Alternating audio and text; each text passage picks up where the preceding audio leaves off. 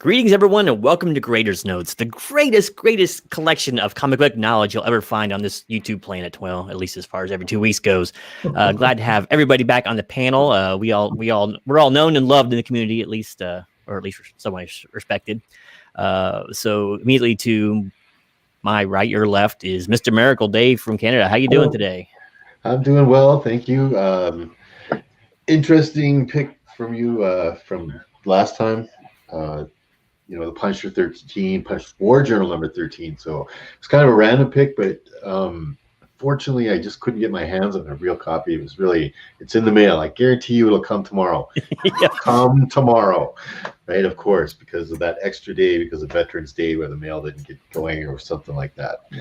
However, I read the digital copy. I'm set for today. You know, I like the Punisher. Got my Punisher shirt on already. Representing. That's right. All right, and immediately beneath me, but never below me, is Mr. Medrog. Roger, how are we doing this fine evening? Very blessed, man. I'm here with my buddies talking about comics. What else could you do better on a Thursday night than that, right? Nothing at all. I'm married, I know. So great to have you as always, sir, as our august statesman. And rounding out our panel, or this amazing rogues gallery, I have none other than Kenny of Comic Head 84 fame. Kenneth, how you doing this fine evening? I'm all right. I'm feeling a little low energy tonight, I gotta be honest.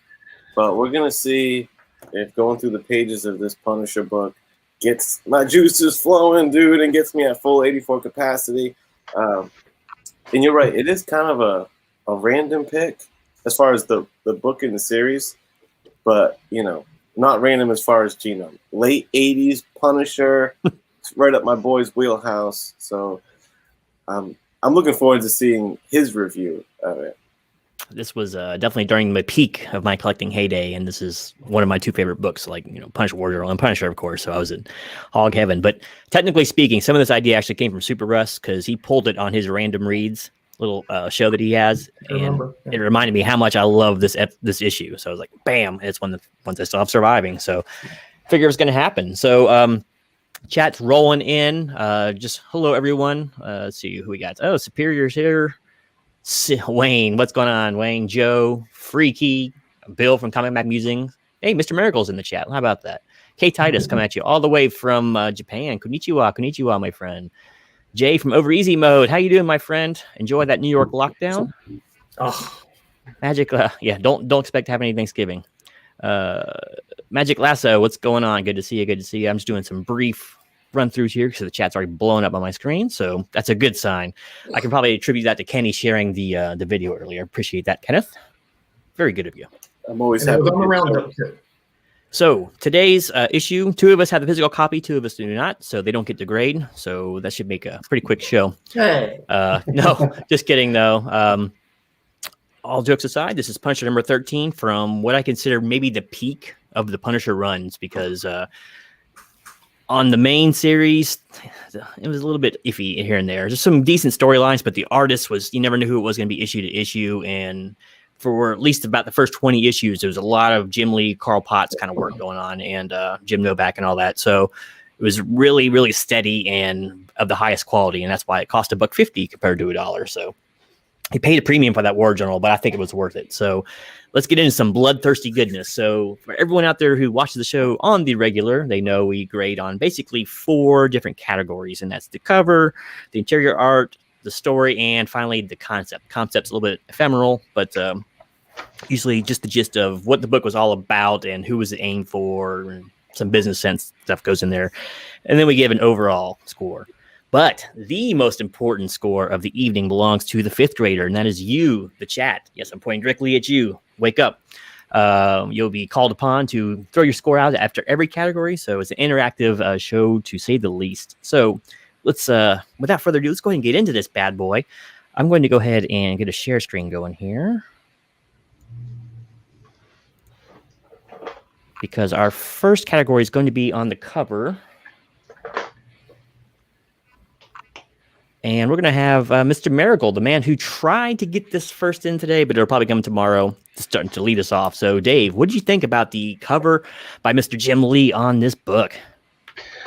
Well, to be honest with you, Jim Lee, like he crushes it with these Punisher War Journal covers that he was taking on at the time. He's pretty new to comics at the time, and he was, I think he was really trying to put his best foot forward, and he did. This one is not his best. Like if you're, like you can't help but be like, okay, Jim, you're phoning it in here a little bit on this cover.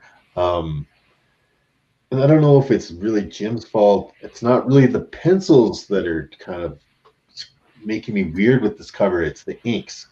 Like, why is Bushwhacker, like, why is he completely dark? Like the little, if you kind of scroll up just to get a little more of the bottom cover in there, you can see like the box here in the corner by Punisher's face. That side's all dark, but his face that's right next to it is completely bright, right? Like Punisher's not in shadow any at all, and everything else is, and it kind of makes it screwy because, okay, well, if they're trying to create like, oh, the Punisher's outside this thing, like highlight him by not shadowing him, but he's still getting the same color reflection off of him, so that kind of grounds him in the environment. But without putting the same shadowing, it kind of makes him disassociate from the environment. It's weird. And I found it a weird cover.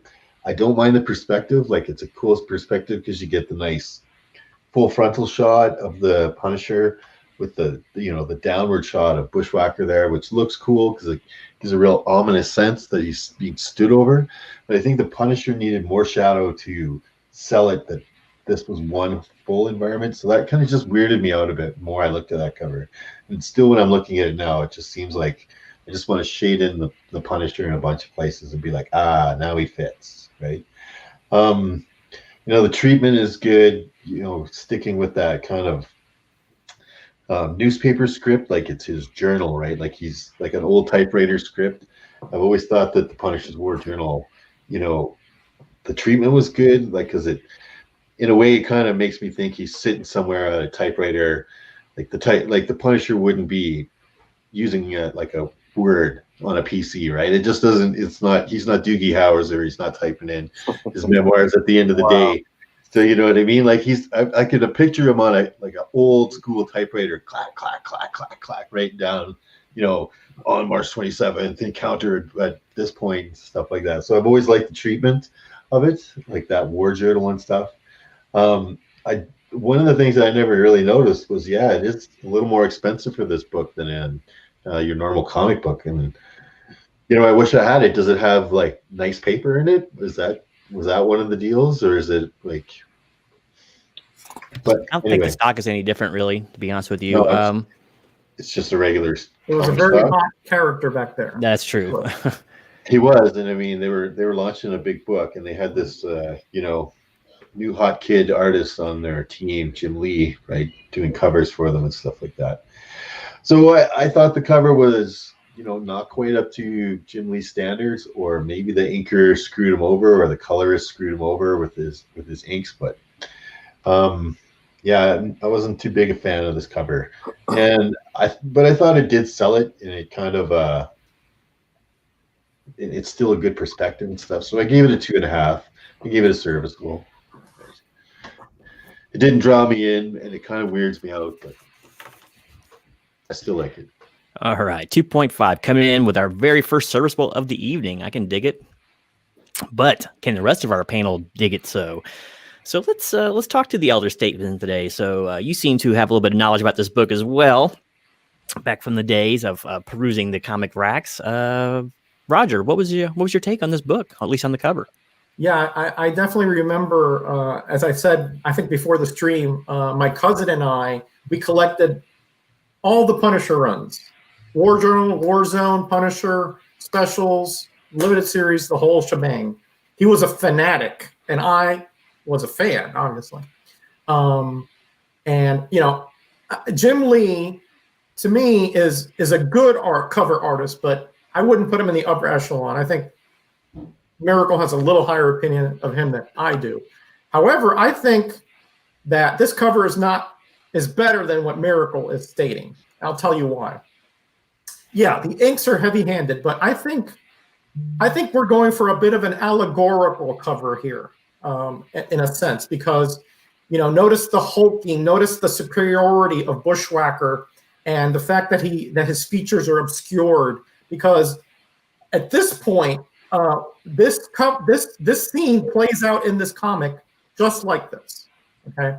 And it's a time where, when we get into the story, the Frank Castle is going to be eliminated, but through various circumstances he's not, which we'll get into later. So, the fact that he's, we get almost an isometric or almost like a view from the rafters, and that's kind of important because of what he sees later on. And sometimes when you see somebody in this position, you're not focusing so much on what is around him rather than the person himself. And that is why they made the Punisher a little bit clearer here, I think. The shadowing is off. You're absolutely right, Miracle. The inking is very heavy-handed. I agree with that as well.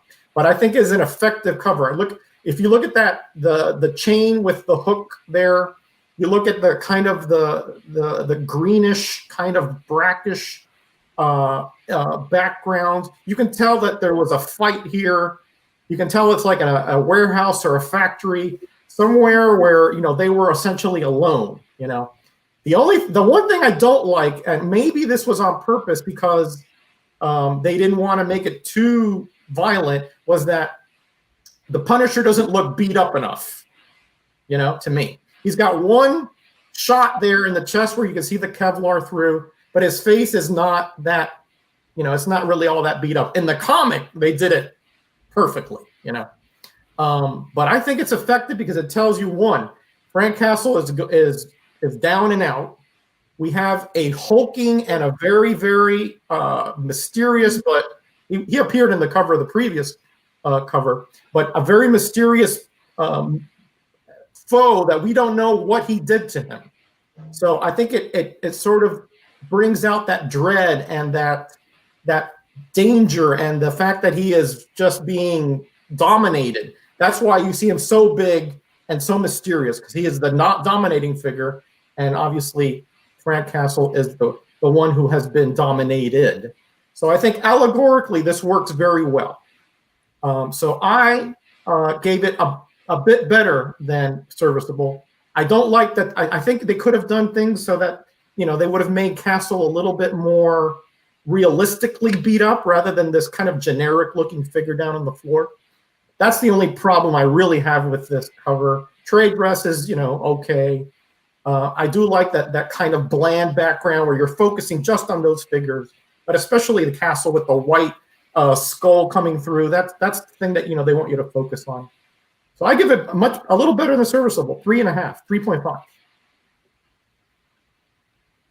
All right, 3.5 it is. Let me go ahead and stop sharing the screen here because our next guy has that. Before we do that, I got to say hello to Biggie, who joined the chat. Welcome, welcome. Good to see you.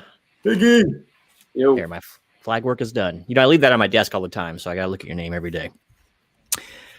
All right, Kenny, you're up next. What was your take on the peril of Frank Castle on this cover, sir? Well, this book here, Punisher, War Journal 13. And might I say, Punisher is like an adjectiveless comic, like, not Amazing Spider-Man or what have you. Mm-hmm. War Journal, Punisher War Journal is one of the all-time coolest titles of a comic. Let me just get that right out the way.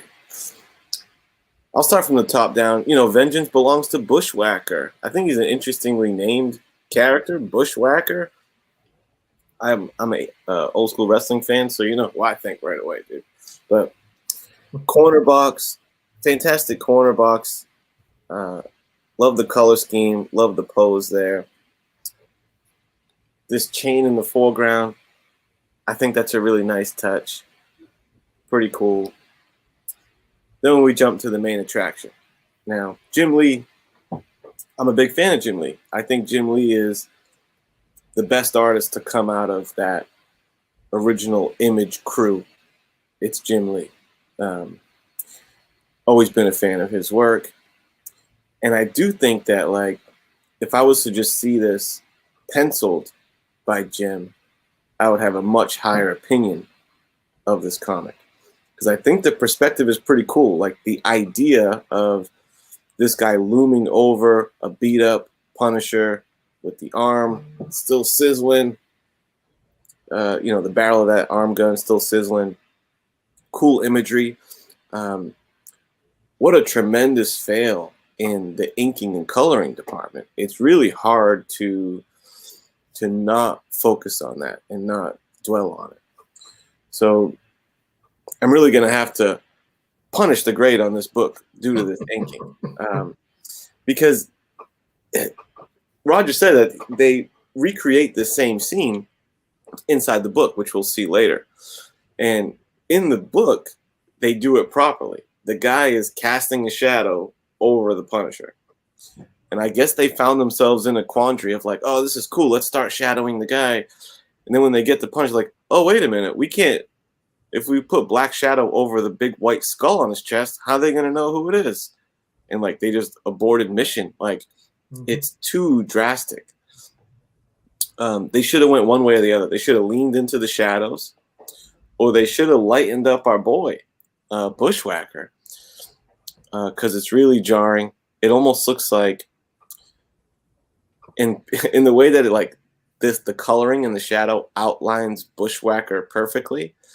It almost looks like there was a drawing of the Punisher on the floor, and then somebody like copy and pasted this Bushwhacker guy on top of him. That's how separate they look in color and ink, so very strange, very jarring. And, that aspect takes up 80% of this cover. So I will not be charitable. I won't take it lightly that they made this big of an error on the cover. The hammer's going to come down on that. In spite of, agree with Metarog, great line work, and like Dave said, great. I'm sure in pencil form, this is well done. I think it's perspective-wise and everything. It's in form-wise and all that. Well done. However, inker, colorer guy, you earned this book a serviceable 2.5. There you go. Correct. All right, 2.5, huh?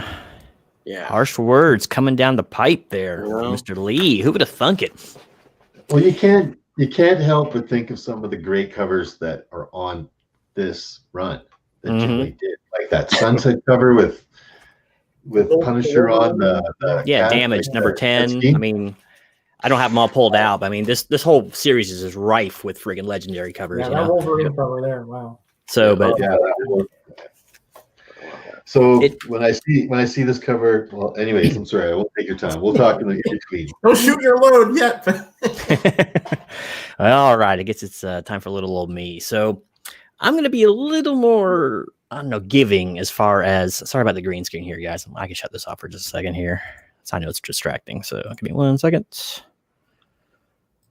There we go. Yes, it can be a little distracting, but I'm going to be a little more charitable with this book than the other words. Now, I didn't pick up on this when I was younger, but I'm starting to think that maybe the reason you don't see a shadow on him is because Bushwhacker stands for like the shadow of death hanging over Frank. I'm going to interpret it just a little bit. It's probably completely ridiculous, but whatever. In any case, this cover just works for me, man. It is strange. It is strange to have him completely silhouetted out and then have Frank so clear down there. And there's a few like jarring things. I never actually noticed the box before, but good on that, Dave. Kind of a nice stark. It signifies warehouse with just a few things. There's a couple I-beams sitting around, maybe some old cable here, and of course the hooks and chains and all that.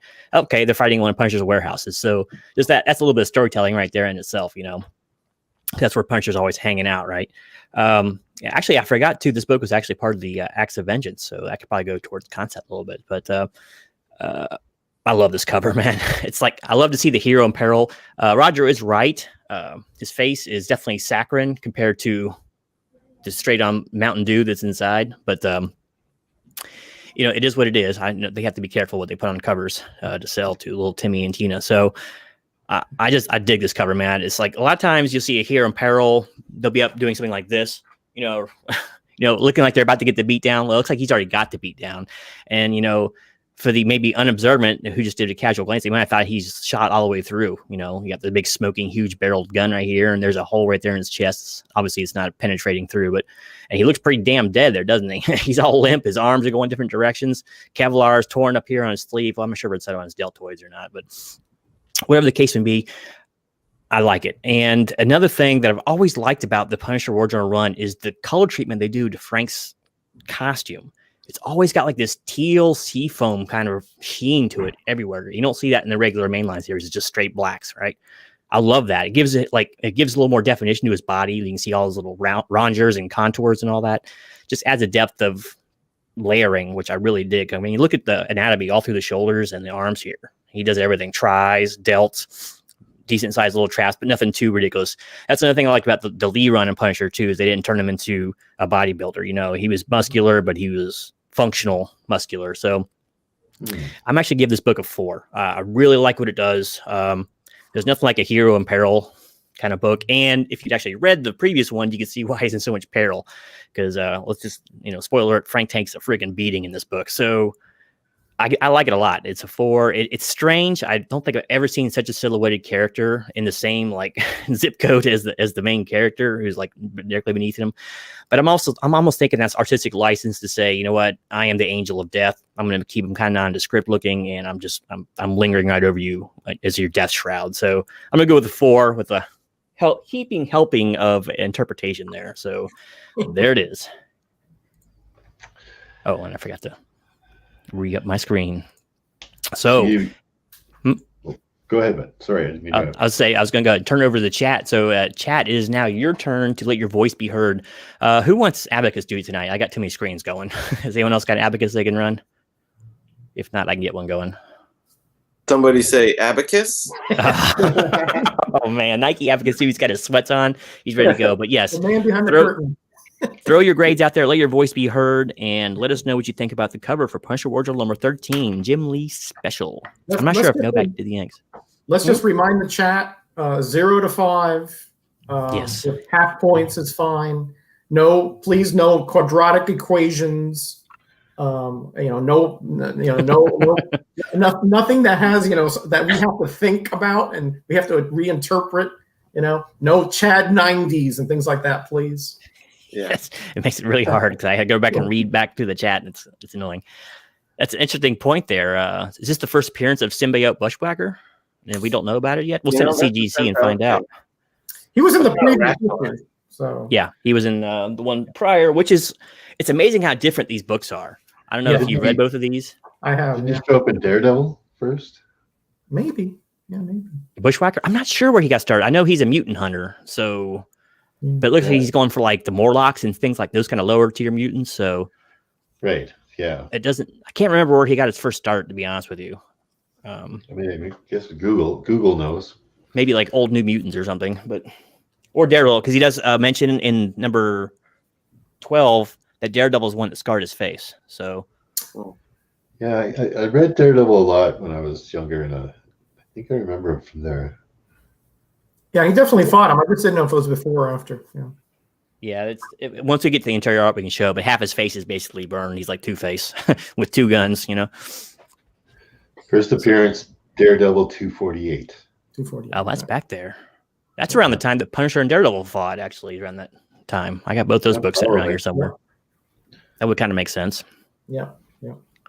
But basically, this whole thing, it's funny because while we're waiting for the chat scores rolling, this whole meeting between Bushwhacker and Punisher was set up because of acts of vengeance, which is so strange because it's like a global cabal of evil going on. And it was basically Kingpin and Dr. Doom placing bets. It's the whole reason these two came together. It was kind of an interesting story. Yeah, they do. There's a little scene in there where you can kind of figure that one out. It goes over that a lot in number 12. Yeah. Yeah. Oh, and the crossover went over almost all the titles. So I remember it was huge. Every other issue.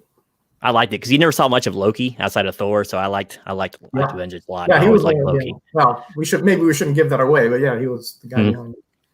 All right, Kenny, we haven't gotten a bid a grade in a while. Which auction show are you going to be on there, Roger? I don't know. I don't know what I'm talking about here. There's so many auctions going on in the community all the Yeah, time. right. It's like I just got it on the brain here. Do you want me to shout them out for you, buddy? please. Sure, if you'd like. That'd be awesome. If you're Okay. talking to me or to Kenny. Whoever it was, we both agree. Yeah. Whoever's going to do it. 3.5, 2.5, 1.5, 2.5, 4.5, 2, and 3 from Biggie there at the end. I'd like to be a middling grade here. It is at a 2.78. I think we Up it goes.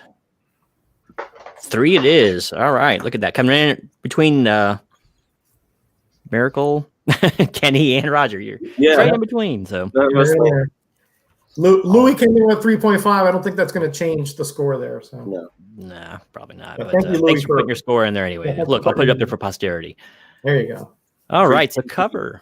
Kind of a surprise for a league cover, but they can't all be complete ballparks. But it was an amazing run for those of you who've never been introduced to it, and I'm guessing that's why they charged $154. Other than it being such a hot property, is I think they had a little more care into the continuity of what was going on. Even though they're all pretty much standalone, there are a lot of 2-parters, but the artwork was always solid, at least for the first part of the run, and there you go. So okay, so I'm trying to decide which one. Let's go on to story next. Let's kind of mix it up a little bit.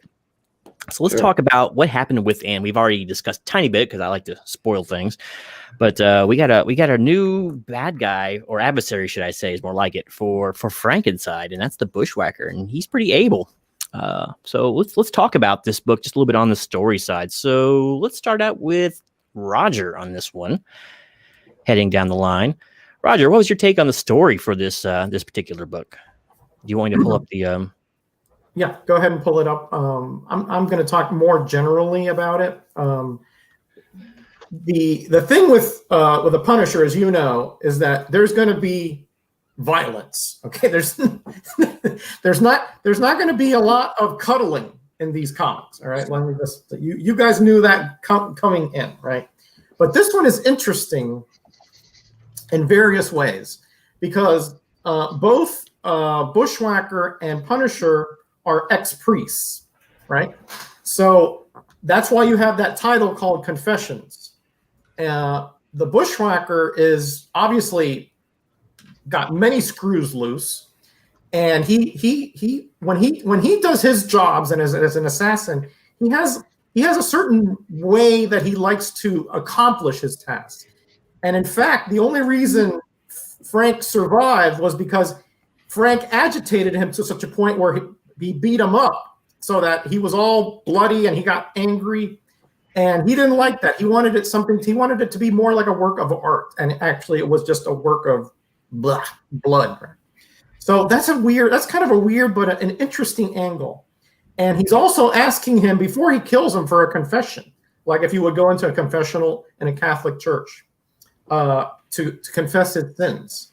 So that's a really strange dynamic that you just don't see very often, especially when you're talking about two characters that are this violent, but that yet had at one time a profession which was, very, very, shall we say, more of a helpful, more of a softer profession. Now, the thing is that this comic, it has like so many little nuances in it. For example, they both have wives that are inherent in the story. Okay. Now Frank's is already passed away, but when he gets concussed or whatever, he sees her and he's communicating with her. Yeah, that little wispy thing there, and she is actually telling him it's not your time yet. So it gives him the impetus, the willpower to actually want to live, or at least that's the connotation. And then later on, when he does survive, he goes and searches out Bushwhacker and attacks him at his home, okay, where his wife is there, right? And this is where the story gets really odd, right? Because she knows who Bushwhacker is ostensibly, but until she sees the actual act of violence, she didn't realize how disgusting it was to her. And that has some believability to it. You know, a lot of people, you know, we have violence that's going on all across the world, but until we actually are part of it or experience it, it doesn't hit home for us, and it did there. So, you know, Potts, you know, to me, I don't know that much about him. I know he did Alien Legion, which I enjoyed from way back. I never considered him really a top flight writer, but I think he wins a pretty good tale here with a lot of violence, but also a lot of parts for you to start consider, for you to try to decipher. And then you see these men who had, you know, this holy profession and somehow lost their way, or through circumstances went to a totally opposite lifestyle. And yet Bushwhacker still has that meaning, wanting to be a relationship. In fact, he says, I don't want to be alone. So he wants that relationship, and that's more important to him than even killing the Punisher. And so it has its poignant parts. I had a hard time with this story, honestly, because some parts seem a little bit too extreme. You know, like her reaction seemed very extreme. The Bushwhacker's wife, you know, it seemed really, really out there. I mean, she's like criticizing the Punisher when he's standing there with a gun, you know, and he had just crashed into the house. Wouldn't you try to like get out of there instead of confronting somebody who you have no weapon and no reason to? So it's a little bit odd that way, but you have to get the dialogue out somehow. So even though it's a little contrived, it was well done. At least the concept of it was well done. The dialogue is very basic, nothing great here.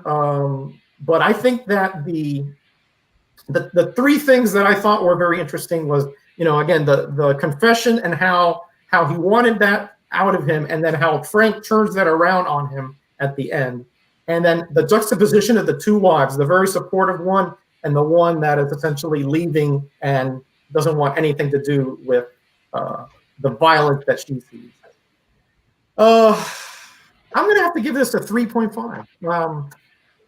I really, the more I think about it, the more I enjoy the nuances that were inherent in the script. The actual dialogue is okay, but when you dig really deep into the concepts of what he's trying to accomplish here, there is a really deep three-dimensional story.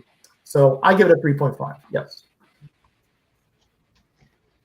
All right, 3.5 it is. Excellent. Let me.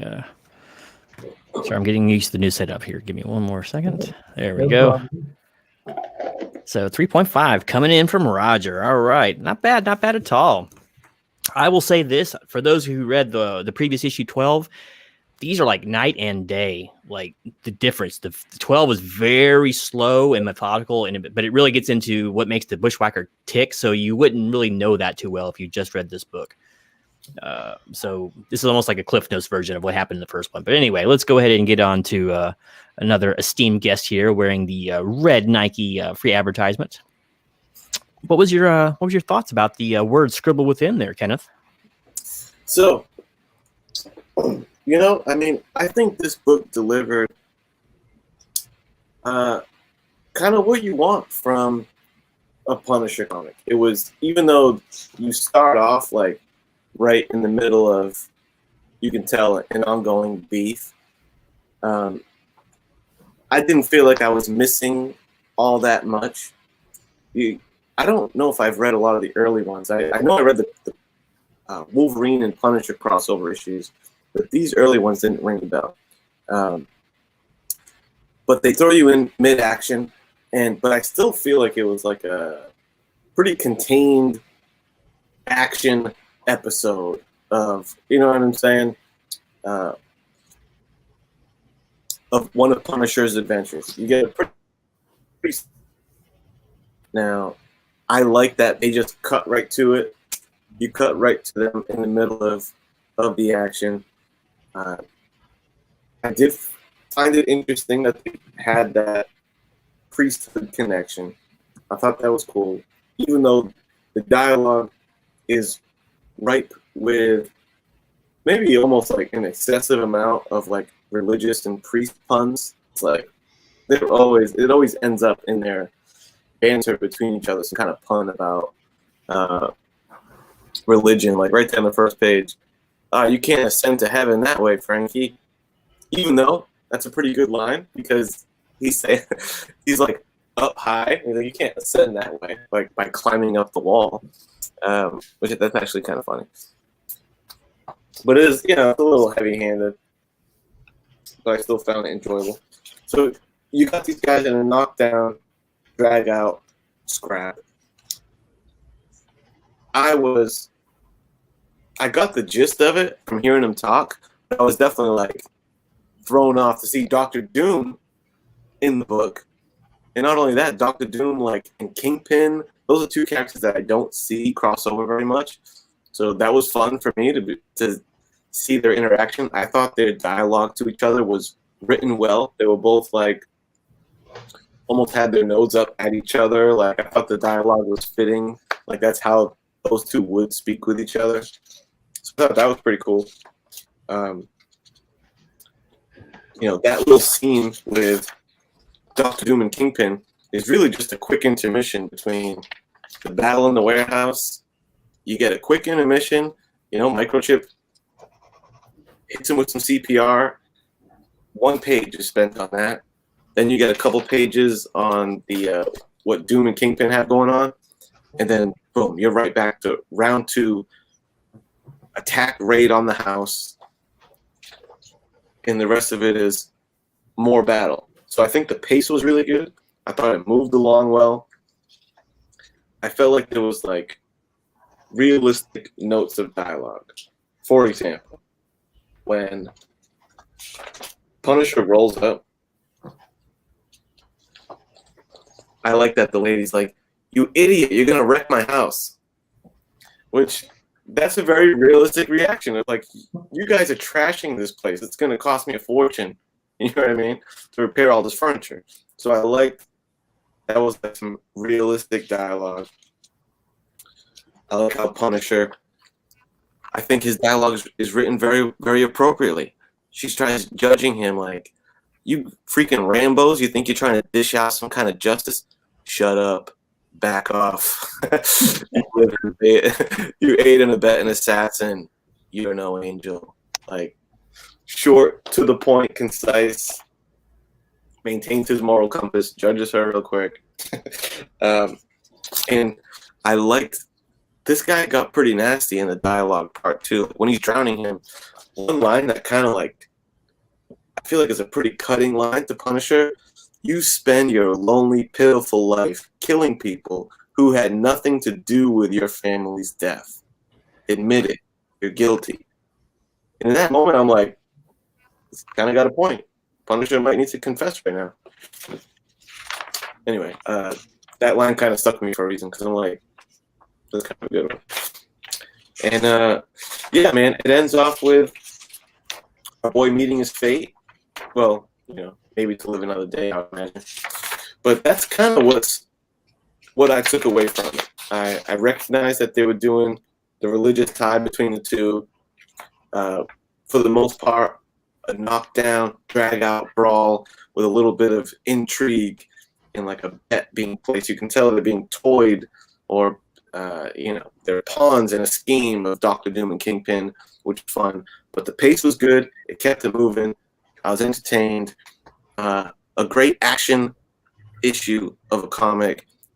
I also gave it a 3.5.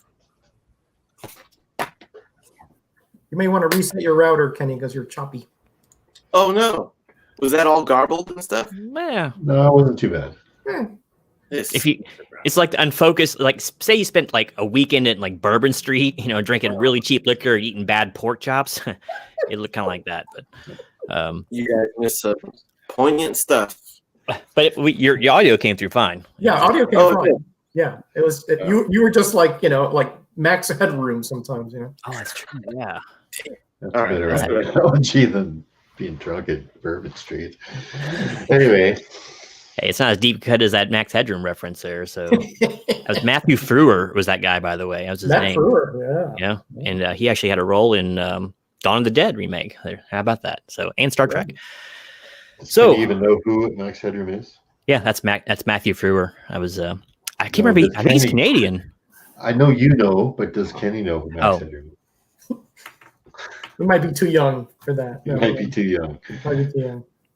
Anyways, go ahead. Might be too young. Yeah, good Miss his old football spots and all that. Yeah, that was classic stuff.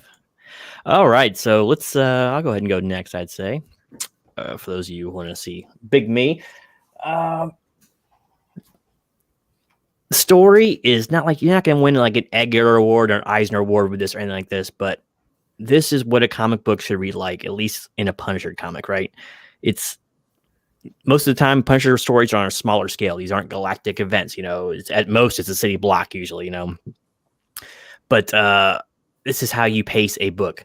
Now the one previous to this, 12, goes over a lot of the story, and it's really inventive how the Kingpin and Doom kind of position these two to meet, like star-crossed lovers, right? So it's pretty fascinating, but this book just moves.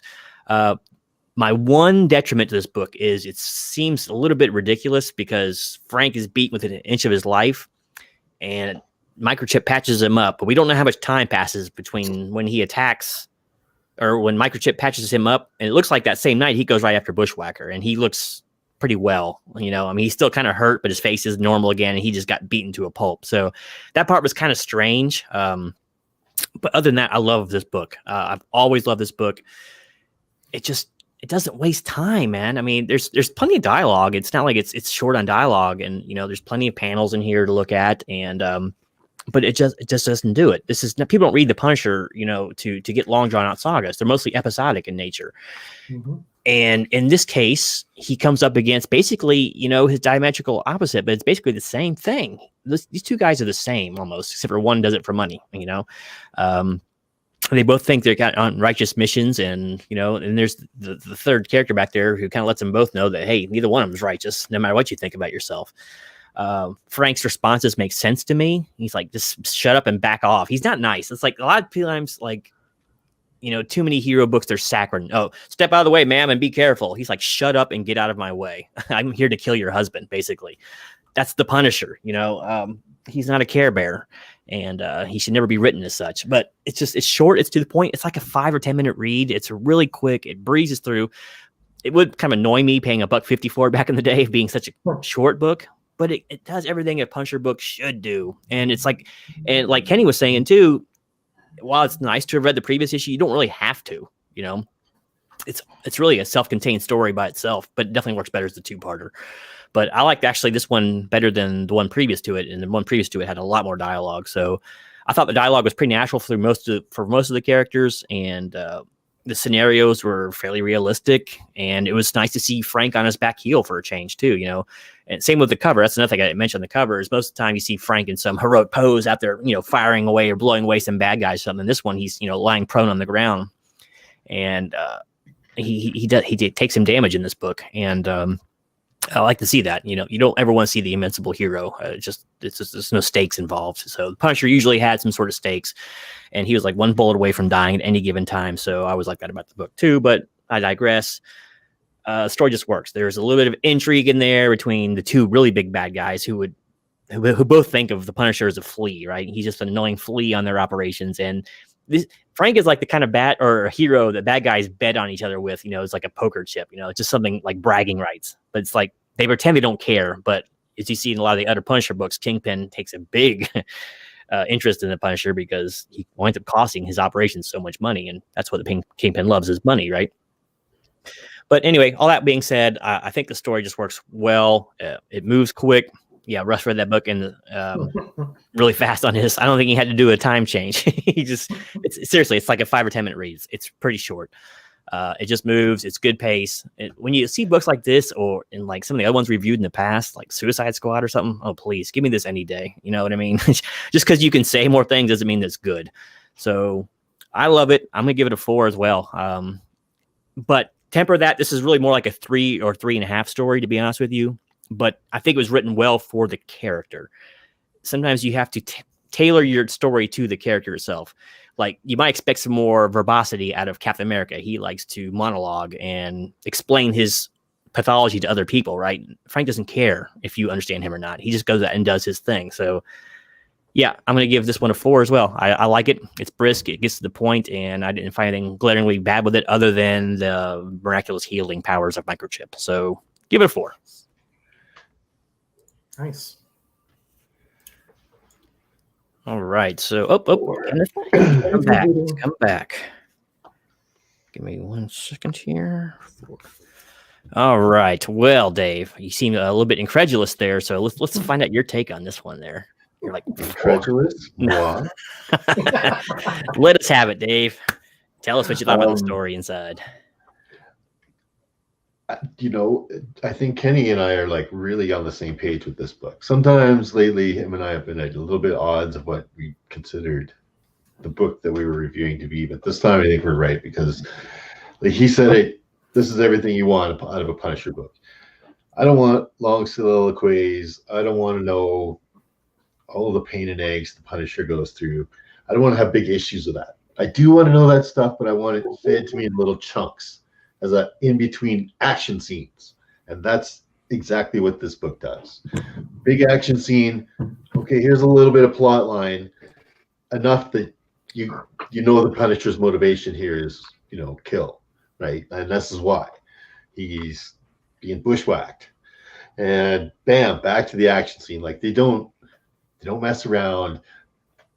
Like they don't even like go into the big explanation about the boys being a priests or anything like that. Like all it mentions is like there's 2 little lines in that book where Bushwhacker says something about him being a priest, and then later Microchip says something about him being a priest. Perfect. That's what I want. I don't want to go into 2 pages of Frank at the seminary and Bushwhacker, somehow a weird origin connection there or something like that.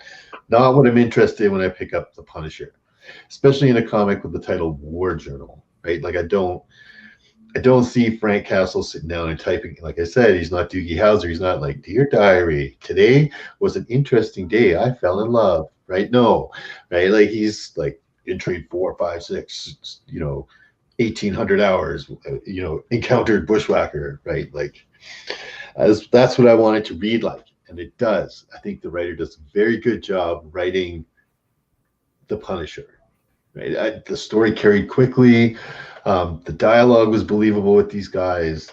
The villain's cool, like, made by CIA now. They don't explain it to Frank either, right? Like Frank doesn't, in certain parts of this book, he's kind of questioning how did this happen? Like, why is this guy suddenly after me? And like, he doesn't understand that behind the scenes, there's the Kingpin and Dr. Doom are toying around, right? I love Doom's dialogue with the Kingpin, right? Like Kingpin versus Dr. Doom. Sorry, Kingpin, you are going down like in a big, big, hard way, right? The guys that toy with you are the Punisher and like Daredevil and Spider-Man and stuff. The guys that toy with Dr. Doom are like the Fantastic Four and cosmic beings and stuff, right? Different level. Like, so the way Doom's talking to him, like, so criminal, it seems that you have failed again, right? Like, it was just like, oh man, that's exactly how Doom would talk to him, right? Perfect. And then you can see that, like, because Fisk is such a, he's a powerful person in his world. He's the most powerful person in his little world, but he has to take it from Dr. Doom because I think he knows, like, fucking Dr. Doom is not to be trifled with at all, right? Good on him, though, that he would stand up and still be, like, kind of lipping off to Dr. Doom anyway, right? It's kind of that Boba Fett lipping off to Darth Vader kind of moment. But so I did like that. I liked the interactions between them. I liked the interactions between Bushwhacker and Punisher. All the ancillary characters, Microchip, with the wives, everything like that, were very believable and short-lived in the panels, which was again good. I wanted to see more Punisher Bushwhacker going at it. Not having dialogue about stuff, giving Bushwhacker that, like, no, I don't want to be like the Punisher. I don't want to be him. Don't leave me. I don't want to be alone. Kind of giving him like this sense of being a real person, not just this weapon that, like, because he is a weapon, and that's kind of a weird thing. But oh shoot, I lost my train of thought because I went on the weapons. Anyways, no, when he was like yelling, like, "Don't let me alone," because very much I found in this comic book that Bushwhacker and the Punisher are two sides of the same coin, right? They're just doing the same thing, but just on different sides in exactly the same way, going around, Bushwhacker's going around hunting heroes and mutants. Punisher's going around hunting gang members and criminals, right? But they're going about it in the exact same way, doing the exact same thing, and coming from very, very similar backgrounds, right? Being a priest into a military role, CIA trained, all that kind of espionage stuff that's involved in both those guys' backgrounds. So it was good to set up that, like, these guys are the same, they're different, but the same, right? Like, so I thought the writing was good. I gave the story a 4. Right, I'll stop rambling on about the storyline. I was particularly surprised that I would give it a 4. I mean, David Ross is not upper echelon writer when it comes to thinking of Marvel writers, even at this time, right? But he banged this one out. He wrote a good Punisher story. Lots of action, a little bit of dialogue, a little bit of backstory, just enough to push the narrative along to why these two guys are fighting. That's all I needed. And then the fight, right? Just a little bit of explanation of why these guys are doing this. And even though we jumped in partway through the fight, and it made me want to go back and read issue 12, because I was like, well, what happened to get the Punisher so beat up, right? So I gave it a 4. I thought I did a good job. I thought the story was good. Excellent. Hey, we agreed again, man. It must be the alignment is true. Beware the world of Thra. All right, so it was Carl Potts on the script though, and Ross was the penciler. Ross did the penciling. Oh, sorry. Yeah, I'm just looking at my notes. I kind of looked at it as Potts. So yeah, he's not known for his writing. Ross, of course, is the penciler. We'll talk about him when we do the interior stuff. We'll talk about him soon. It's great stuff too. And chat, go ahead and let your voices be heard now. So start throwing your grades in there while we discuss this a little more and see if Kenny unfreezes. So there was like Kenny was mentioning too, there's a lot of like little allegorical, like little one-offs, about being priests or religion and all that. Even the Pope can't get me into heaven. I thought was a pretty clever one. But my favorite line in this whole book is when Frank is staking out the house and he's listening in to their conversation. And he's like, the big guy didn't like his dinner. He's going to hate dessert. I love that. That is Frank Castle, man. That was a great line. Yeah. Yeah. But I like his monologue too. Like when they're having their little battle at the end, like I said, it's real brief. It's like a sentence or two. That would be like a Frank thought. Spider-Man goes on for 2 or 3 thought bubbles for a fight. You know what I mean? And Frank is to the point. Confess. Yeah, the acts of vengeance part is, by the way, it's weird on the cover they didn't have the little triangle that said act of vengeance, because all the other ones have it. But, it's on 12. Yeah. And this is definitely part of it. I'm not sure why they didn't do it. Yeah, it's weird. The Doom Kingpin part of it. Yeah. I had to go back. I was like, whoa, did I miss something? Where did these two get together earlier in the comic, right? And then I even went back to issue 12 and looked, and I was like, no, they're not here either. I mean, they are, but they aren't. Like, not this whole backstory about a bed or anything like that. And I was like, now it makes sense that you guys told me it was part of that big story arc. Yeah. Like, right. That part of the large crop. And that's kind of a fail, because that would have, it would have given you some indication that's part of a larger storyline. I do like one line that Kingpin said in there too, when the guy comes in, notice how disrespectful he goes, what's up, lackey? Like that's Kingpin, he pushes himself up by trying to push others down. But you're right, it didn't work with Doom, Doom was like, hey. Doom was even more arrogant than the Kingpin. So. Yeah, Doom was like, hey. Oh, yeah. You're once again, you messed up, And and notice that Kingpin measured his words. Normally he would say, he would say to one of his lackeys, make sure he gets a concrete galoshes. But no, he was like, well, the game is not yet ended, Right. I like how because he knows Doom would handle he knows Doom would end him. Yeah. I love how Doom is sitting in like a miniature floating throne a lot too, and Kingpin's always standing. It's like another kind of like separator between the two. Mm-hmm. Another funny thing is, if anyone has ever read the Streets of Poison story arc with in Captain America, it's a very, very similar thing going on with Red Skull and Kingpin. They're both very antagonistic to each other, and the dialogue sounds very much like this, to be honest with you. And they're both just cutting each other down. They both think the other one's just a petty hood, But Kingpin, he don't back down, so I'll give him that. Give him credit. Oh, Wilson. So he's not stupid. He's not stupid. He knows Doom is somebody he does not want to cross. Nope, nobody does. Hey, last chance for any grades. Is that what you got? Currently 3.5, yeah. All right, last chance saloon for any grades. Let your voice be heard. If not, we'll be moving on.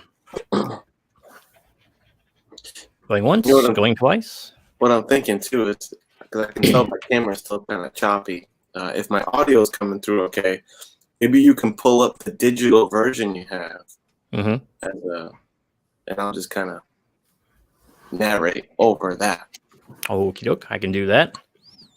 In fact, we'll go ahead and get it started now because you'll be leading off this next one. Yeah.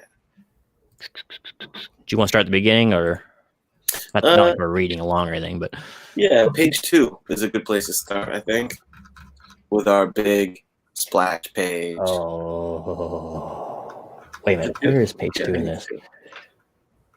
I think they did a weird thing with it right here. How could they do the second best panel in this book like that? I don't understand that. That's weird. Yeah, that's weird. Huh, interesting. Well, I can't scroll in too much more than that. But it's so funny. Yeah, I like that page. It definitely reminds me of those extreme Rob Liefeld image guy angles. And there are some weird things about it, like the Punisher looking off in the distance when you think he'd be looking more at his target. Like, it looks a little funny if you really overanalyze it, but I think it's a well-done, action-packed page. I thought that was pretty well done. I find that there's some inconsistencies on faces throughout the book here, like this Punisher face in that top right with his trusty knife that like shoots the blade out, I guess, spring-loaded blade. Yes, ballistic knife. Yeah. You'll find that rendering of his face doesn't really jive with some of the other faces that we see. Let's scroll a little bit more down here on this page. There's our cover image, as it should be lit and shaded. You know, light on his back. You can tell what the light source is. It's behind Bushwhacker's back and above his head a little bit, and that's going to cast a shadow down.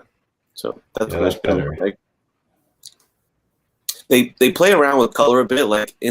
I like that. Like in this moment of rage, like up near that image we were just looking at, the color tone is red.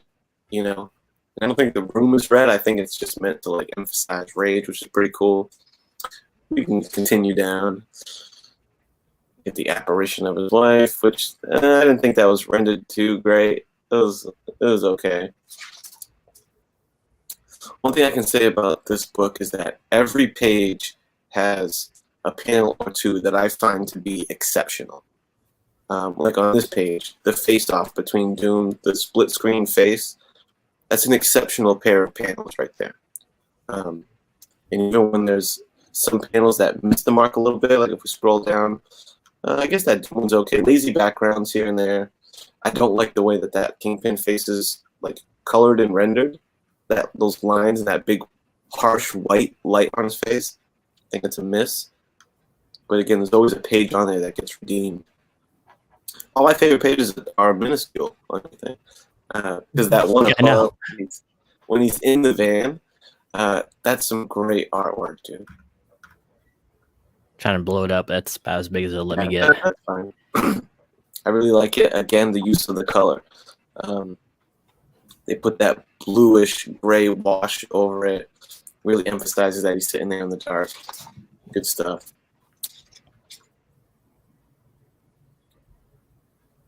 When the pebble falls on his head? That's a fun panel. Oh yeah. Hold on 1 second. Plink. There's the scarring we were talking about, by the way, too. Little comedic action there. Maybe the inking is a little heavy on that panel, but the comedic effect landed. Boom, another.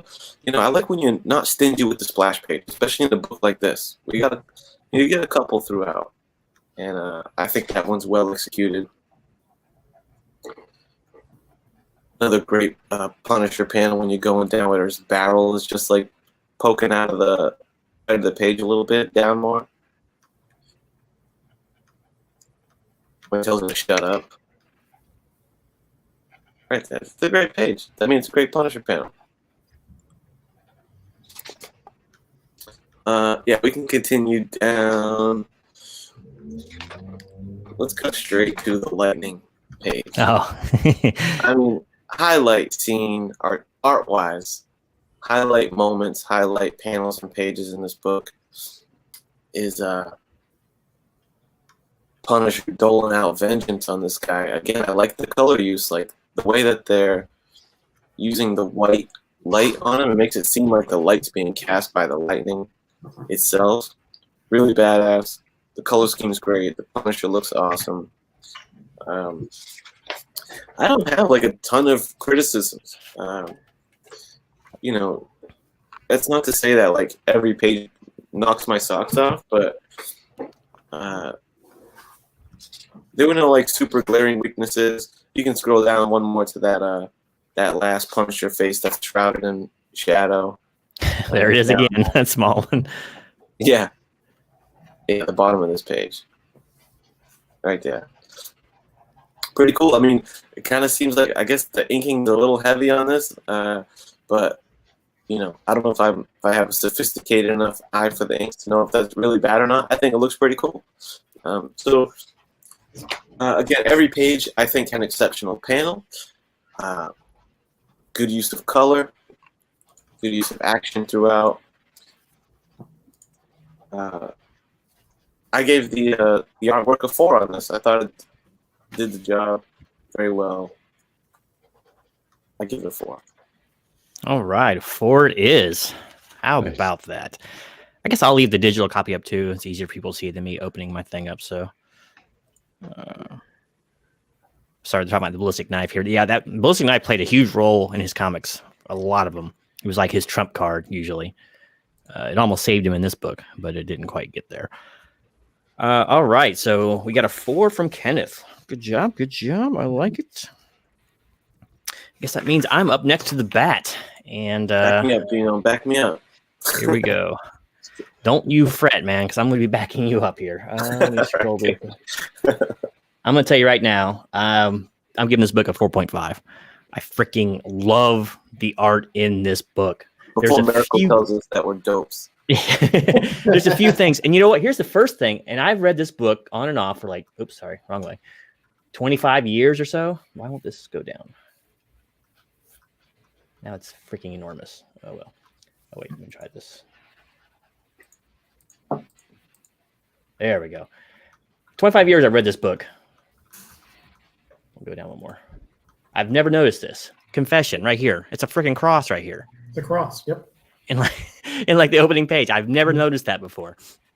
Just this review has taught me something new. I'm slow, I know. Let me get this down a little bit lower. Okay. I don't know where to begin. There are so many amazing panels on this book. You could probably say the overall like homogeneous quality of this book is just a little off kilter because there is a little bit of discrepancies in the faces sometimes, and sometimes the inks are a little heavy, sometimes they're not. There's like that Kingpin face especially looks a little bit unfinished, and so I got to ding it just a tiny bit for that. But my goodness, man, I think this is a tour de force book. I mean, look at this panel right here. It's like it shows him sagging and barely holding on, even though he's doing like almost a superhuman thing there. But like just the angles of his legs and all that, I think are beautiful. And then you get to the splash page, which is, oh my gosh, just amazing, man. The little jump. It has like the Mortal Kombat jump kick animation with the leg perfectly tucked back there. And he's just got the he's striking a pose good there. But it's just amazing, man. I just love, there's so many good action shots in this book. In fact, that's where this artist, Mr. Ross, does his best, I think, is when there's movement going on. Because some of his more static shots don't look as good. But I mean, just there's weight to that shot right there, like because of the way that he has arched the Punisher. The Punisher, he's just not falling back straight, right? It's actually hit him so hard it's bent him a little bit. Just nice little details like that. Him grabbing this panel here is just like Kenny was saying, the red for rage. It just you can see the rage of this guy, and it's Frank, whether he knows it or not. He saved his own life by enraging this guy, but Frank was just being Frank. He's like, "It's my time, whatever." but then it saves him. But Kenny wasn't big on this panel. I kind of like this panel for both his allegory and how it cuts out in the very last panel to having Microchip take over. He was the one actually talking to him. Maybe that's just what he was seeing, what he wanted to see, whatever. Mm-hmm. But this is like the movie 180 right here, rule of 180. But basically, yeah, I love that the half and half. It's like, once again, like Bushwhacker and Punisher, these guys are almost two halves of the same coin. They're both evil overlords who are masters of all they survey and kill without thought or question. They're just a little more civilized than the Punisher is. Now, here's that Kingpin picture I was thinking about. This is almost like a comic strip kind of look right here to it. And just weird with the hatching and all. I don't know. I don't know about this picture. And there is a little bit of laziness in the backgrounds too. Like that is just leave it white at that point. I don't know what that's all about, but great stuff. There's some other, I like his like just a little bit of like barrel. They make his fingers look like barrels before they merge. That's nice. This guy likes to draw close-ups of eyes, and it works pretty well because he pulls them off. I won't go in there too much more before I fanboy out. Yeah, the humorous scene, of course. If you even hear, he has him looking up. His pupils are up and everything. He's not looking straight ahead. Good attention to details. Amazing splash pages. Oh my gosh. There's about 5 or 6 panels in this book I would use as posters on my wall. I think most of them are pretty epic. He's in a shooter's crouch here. It's a little bit contrived, but I mean, it's an action shot for the Punisher. Full front shots, isometric shots, which we'll get into a little bit later. Like Kenny was saying, the barrel just poking out a little bit outside the panel is a nice touch. I love this book, man. I love how he has Punisher bent over here, like backwards. And once again, he's in big peril. But let's get to the lightning stuff. That's what people want to talk about. There's a lot of lightning at the very end in almost every other panel, which is kind of nice. But I mean, look at this. If you can't get charged up seeing panels like this over here, he's screaming out the guy's name. He's got lightning behind him. He's got lightning lighting him up, like Kenny was saying. Just amazing, man. And then, of course, the coup de grace is one of my favorite panels of all time. I've always loved this panel so much. And Russ even commented on it. Oops, sorry. Scroll down. But it just works, man. This is, believe it or not, these little 3 panels here, I've grown to really appreciate them a lot. This little isometric view they have, it perfectly like encapsulates him just taking a few steps away out of frame. And of course, the body getting smaller as it falls. But I like the whole rain falling down on the lone wolf character. It just works. And there's Frank's face in shadow because basically his whole life's in shadow. So it could be considered allegorical. Who knows? But it just works. There's Doom pissed off, but also like gloating. It just works. 4.5 for me. I think it's pretty epic pencils inside and quite worthy of a $1.50 price tag.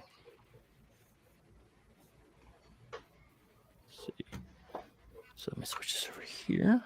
Sorry, I'm not keeping up the chat too well. I'm got like a whole bunch of screens going here. So 4.5 for me. All right. Well, Dave, what is your take on the art within? Do you rate it as highly as I do and my compatriot, or are you a bit lower on the scale? No, man, I loved it. It like, sorry, David Ross's command of anatomy, crazy. Look at all of the crazy action poses that go on in this thing. Lots of big panels, vans going through walls, huge karate kicks because these guys are like fighting. Violent, that's really violent stuff that's in there sometimes. This panel here, look at this crazy boom, look at the Punisher's body pose in that panel. And I was like, wait a minute, why isn't David Ross much bigger than he, why isn't he one of those big guys out of the 90s? Because I mean, look at this thing. And like, man, look at that cool pose. Like you can tell that you were looking straight down at the Punisher's face that way. Like you're looking from Bushwhacker's view. It's like perfect. And so I'm like, why isn't this guy bigger? Like, why? And he actually left comics to do animation, like to start an animation school. And he owns a animation school in Toronto. And he's designed all the courses and not just animation, but illustration as well. And I guess it's getting to be quite a big school. So that's kind of what he does. And he publishes, how to draw books, lots of more advanced stuff and everything like that. I'm actually quite interested in getting one of his. A fellow Canuck, right? He's a Canadian guy, so of course his school is in Toronto. Yeah, this guy's command of anatomy is so like on point. I love this like whole panel where the 4 panels make the 1 panel. You know what I mean? Like because like that smart way of separating the dialogue out, that little bit of dialogue, but still keeping it dreamy and but making it almost splash page, right? And smart, very smart illustrator. The way he lays things out, his command of anatomy. Yeah, like this panel here with the 2 face halves like that, and it just makes you think like, okay, these 2 guys are at odds, right? Like look at that, Doom and Kingpin, awesome. The whole thing where even the parts where he's just keeping Doom's face in shadow, and all you can see is like 2 little lights of Doom's eyes, right, or a little bit of that front of his face. Great command of exactly what it takes to draw comic book panels. Look at that, man. The big friggin' wham through there and the van coming through there.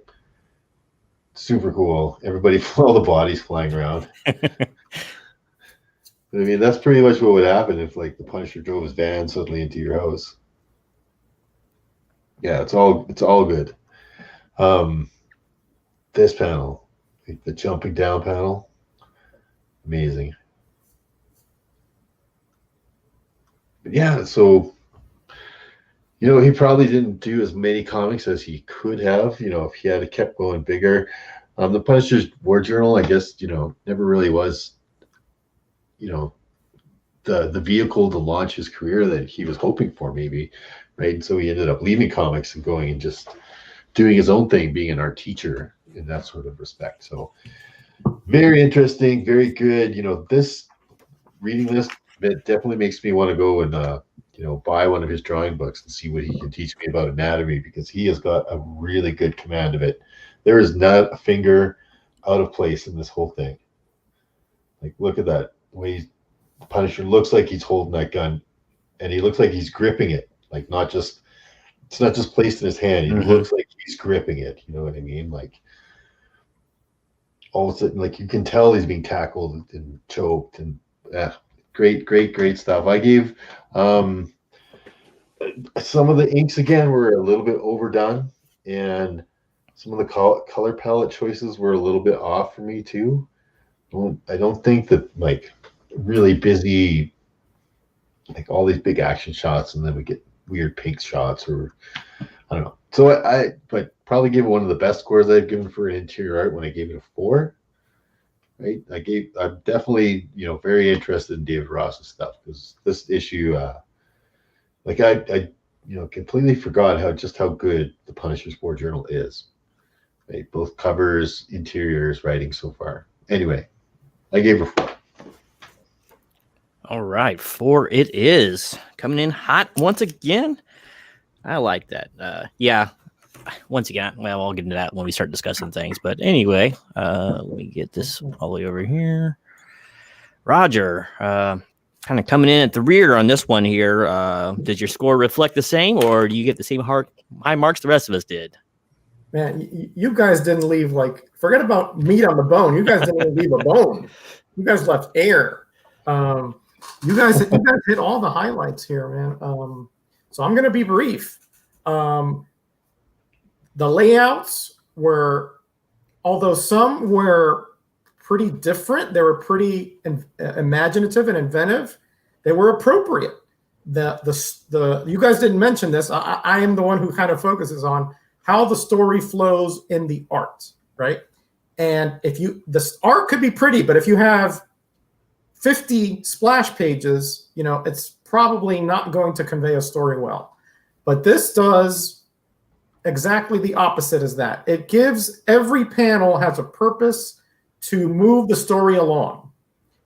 And although it's very action-packed, that is no excuse, or for me, because in fact it's quite the opposite. Because it's action-packed, you have to pay more focus to what it is you're drawing in the previous panel and in the upcoming panel.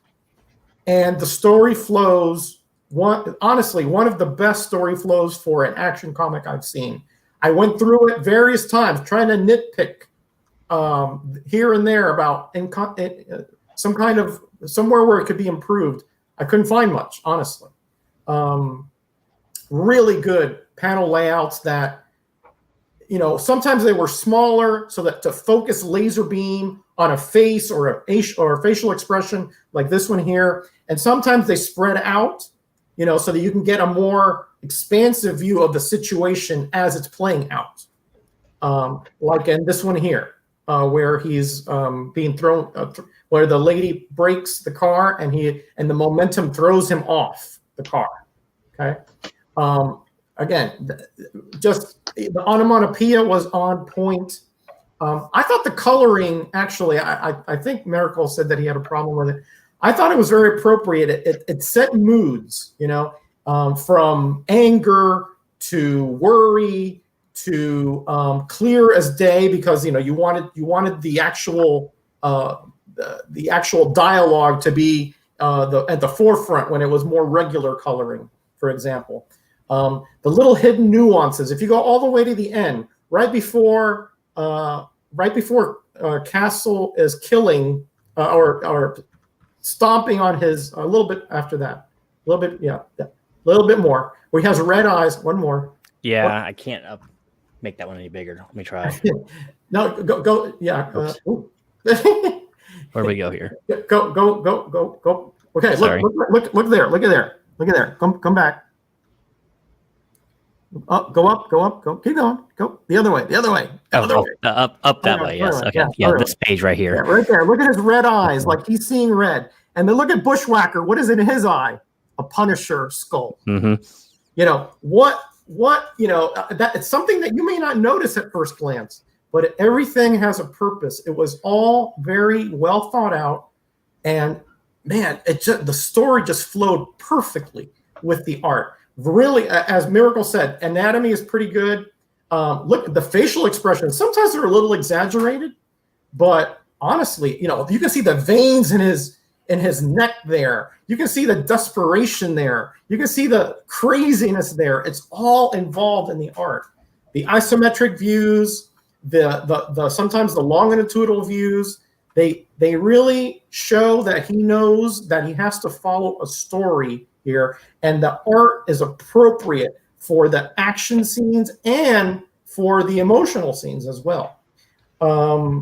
If you go way back to the beginning, where Doom and Kingpin are talking, and he draws Kingpin in this very dysmorphic way, a huge body with a small little head, which I think is allegorical, right? Powerful, strong, but overindulgent and just no morals whatsoever. He is just a little man in a huge body.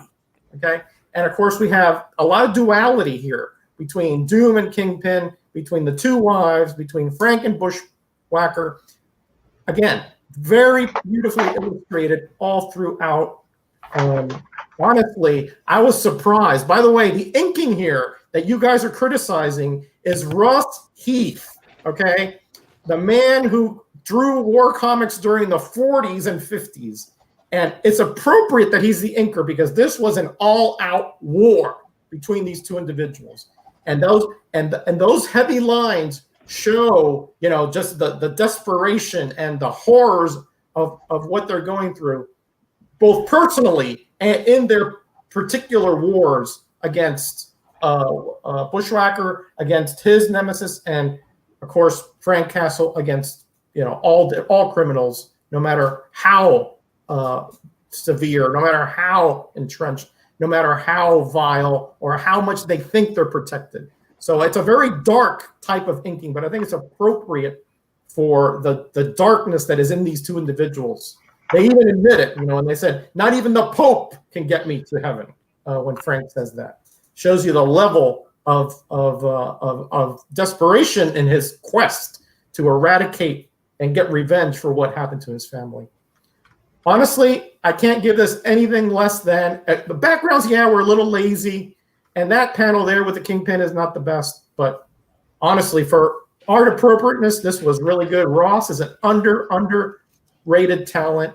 Russ Heath, I think, did a really good job at the inks. A little bit heavy here and there, but I think that's appropriate to sort of give the nuances and the kind of like the penumbra of the horrors of that these guys are going through. inside, no matter what the result of this particular story. A 4 all day long. 4 it is.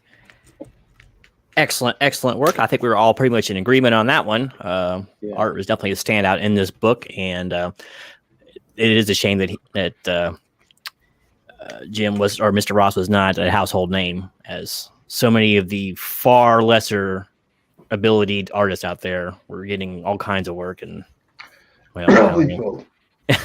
yeah, or yeah. But anyway, yeah, there we go. So chat, let your voice be heard. Let's hear some scores. What do you think about the art within? We showed you quite a bit here on Read Comics Online, but I definitely encourage you to check the book out if you have it. If you've never picked it up, or just get it. I don't think it's how much did you pay for yours, Dave? Nothing. I don't get it. Oh no, I did buy one. $2.99 Canadian. Yeah, so it's maybe double cover price, not bad. I was going to point this panel out when we got here. This reminds me of a Buscema pose right here. The way he's kind of kicked back in his throne. Lots of like little bends and angles in it, and it looks a little like he's really lounging. He's not just sitting upright in his chair. I like that. But yeah, he doesn't feel threatened at all there. You know, control. Yeah. Totally at ease. But just love this book, and when we go put it back on the lightning foes, because everyone likes that one, including myself. I gave him heck about that Russ Heath inking issues. Yeah, I did. There, we'll leave that one up there for people to stare by. You could just hear the thunder in that, even though there's no onomatopoeia. You could hear it.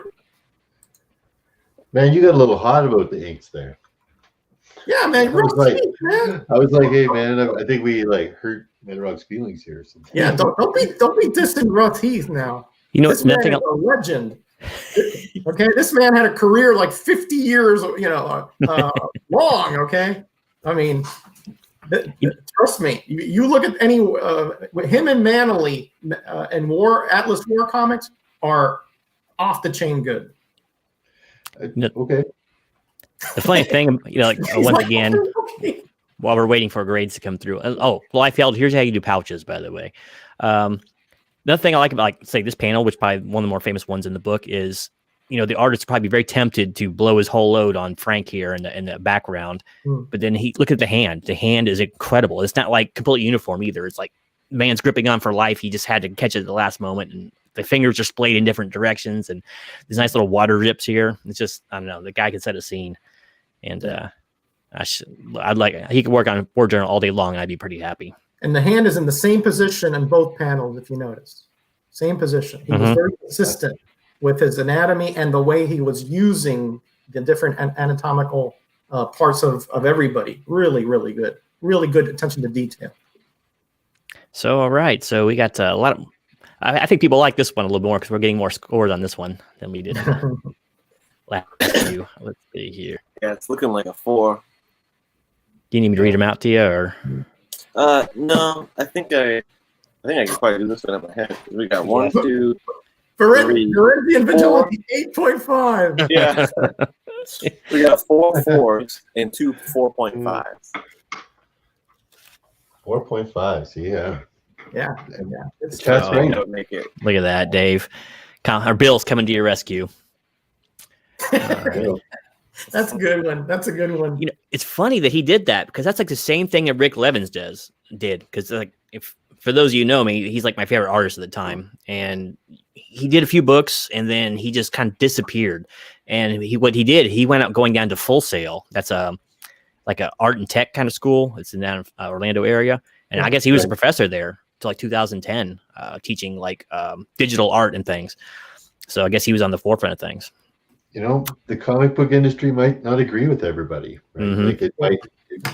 I know we all have this like dream in our head that it'd be the best job in the universe ever to be a comic book artist, but we don't know. I don't know what it's like. Maybe it sucks. Maybe some people hate it. Right?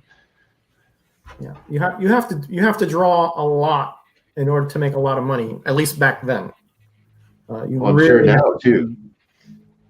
I don't know about now, but I know that back then. I mean, Kirby and Perez, those guys like barely slept.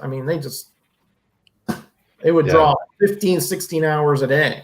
That's amazing. What's that legendary? What book was it he did? Kirby did in a weekend. Was it an annual? He did a Thor annual or something like that. Yeah. He did it. He just spent like Friday to Monday, and he turned it in. Yeah. Wasn't it Unbelievable. Brilliant to Mystery 1? Wasn't that the one? The annual one? Wasn't that the one? It was something like that. It was a good sized book too, like 40 Yeah. pages or 45 pages or some nonsense. Wow. That's ridiculous, man. If you Yeah. think about it.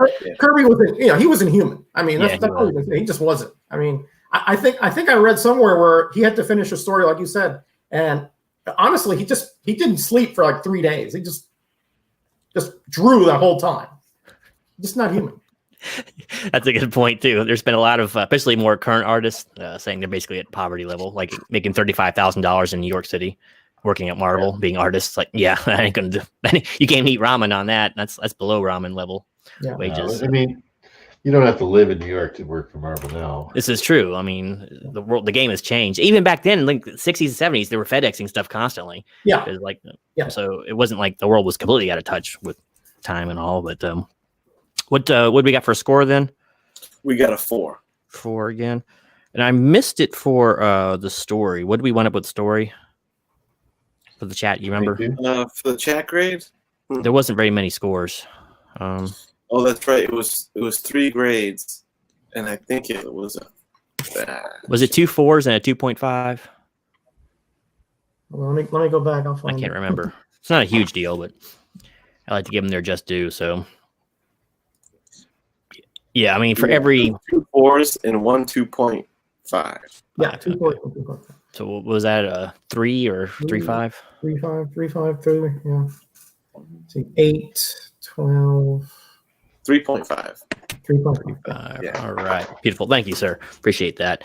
Yeah, that's it's interesting. For every multimillionaire you hear, about, there's probably 100 of the guys who never really made much more than living wages if they're lucky, So Yeah. Which is weird, especially back then, because it was like, artists were selling the book too. So It's the cover artists that are making all the money right now. They just got one piece to worry about, and they can probably, how long does it take you to do a cover, and how long does it take you to do a comic book? this is what's selling for comics nowadays. Is this what passes for a cover? Give me a break, man. No wonder they ain't making any money. No, but this book was awful. Well, I can't wait to review it. Yeah. Thanks. Yeah. But all right, so there we have it. Very high scores for the art, and the book's looking fairly solid so far. So let's talk about concept here. I guess it's my turn to lead this one off, isn't it? So I'll just leave all 4 panels open. Concept. Now, this is nothing new.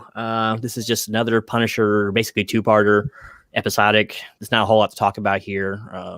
I did like that the bad guy and the protagonist are basically the same character, lit and mirror darkly. And they're not even like, they are 2 sides of the same coin, but just different ideologies, and they have a similar backstory.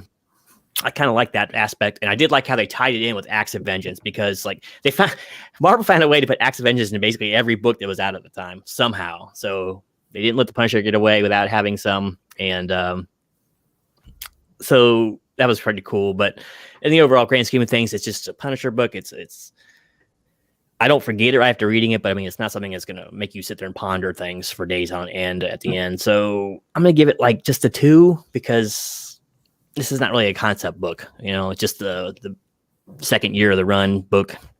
Nothing special here. This is not like a detriment to the book. It just didn't need to do anything different. So give it a 2, nothing new under the sun on this one. All right. So we should be up with Dave next, but he's got the camera off. So Kenny, would you like to fill in for him unless he comes back? Sure. Am I still glitchy? Yeah, it's a little bit fuzzy. Yeah. All right. Well, listen to my words. Listen to the words of Galactus. The concept of this book, I agree. It's pretty straight to the point. But points for doing that and streamlining it, and they didn't convolute it. And if you can compare it to like the Frankencastle story, that's an example of trying to do too much with Punisher. Or what was that other one when he was like he had he had like that red mark on his forehead. I don't know if it was Mark Wade. He had the red mark on his forehead, and he had like 2 spirit guns, and he was like an avenging angel. And they've done some wonky stuff with Punisher over the years, but this is the way you do Punisher. Straight to the point, action. Have the action van nearby.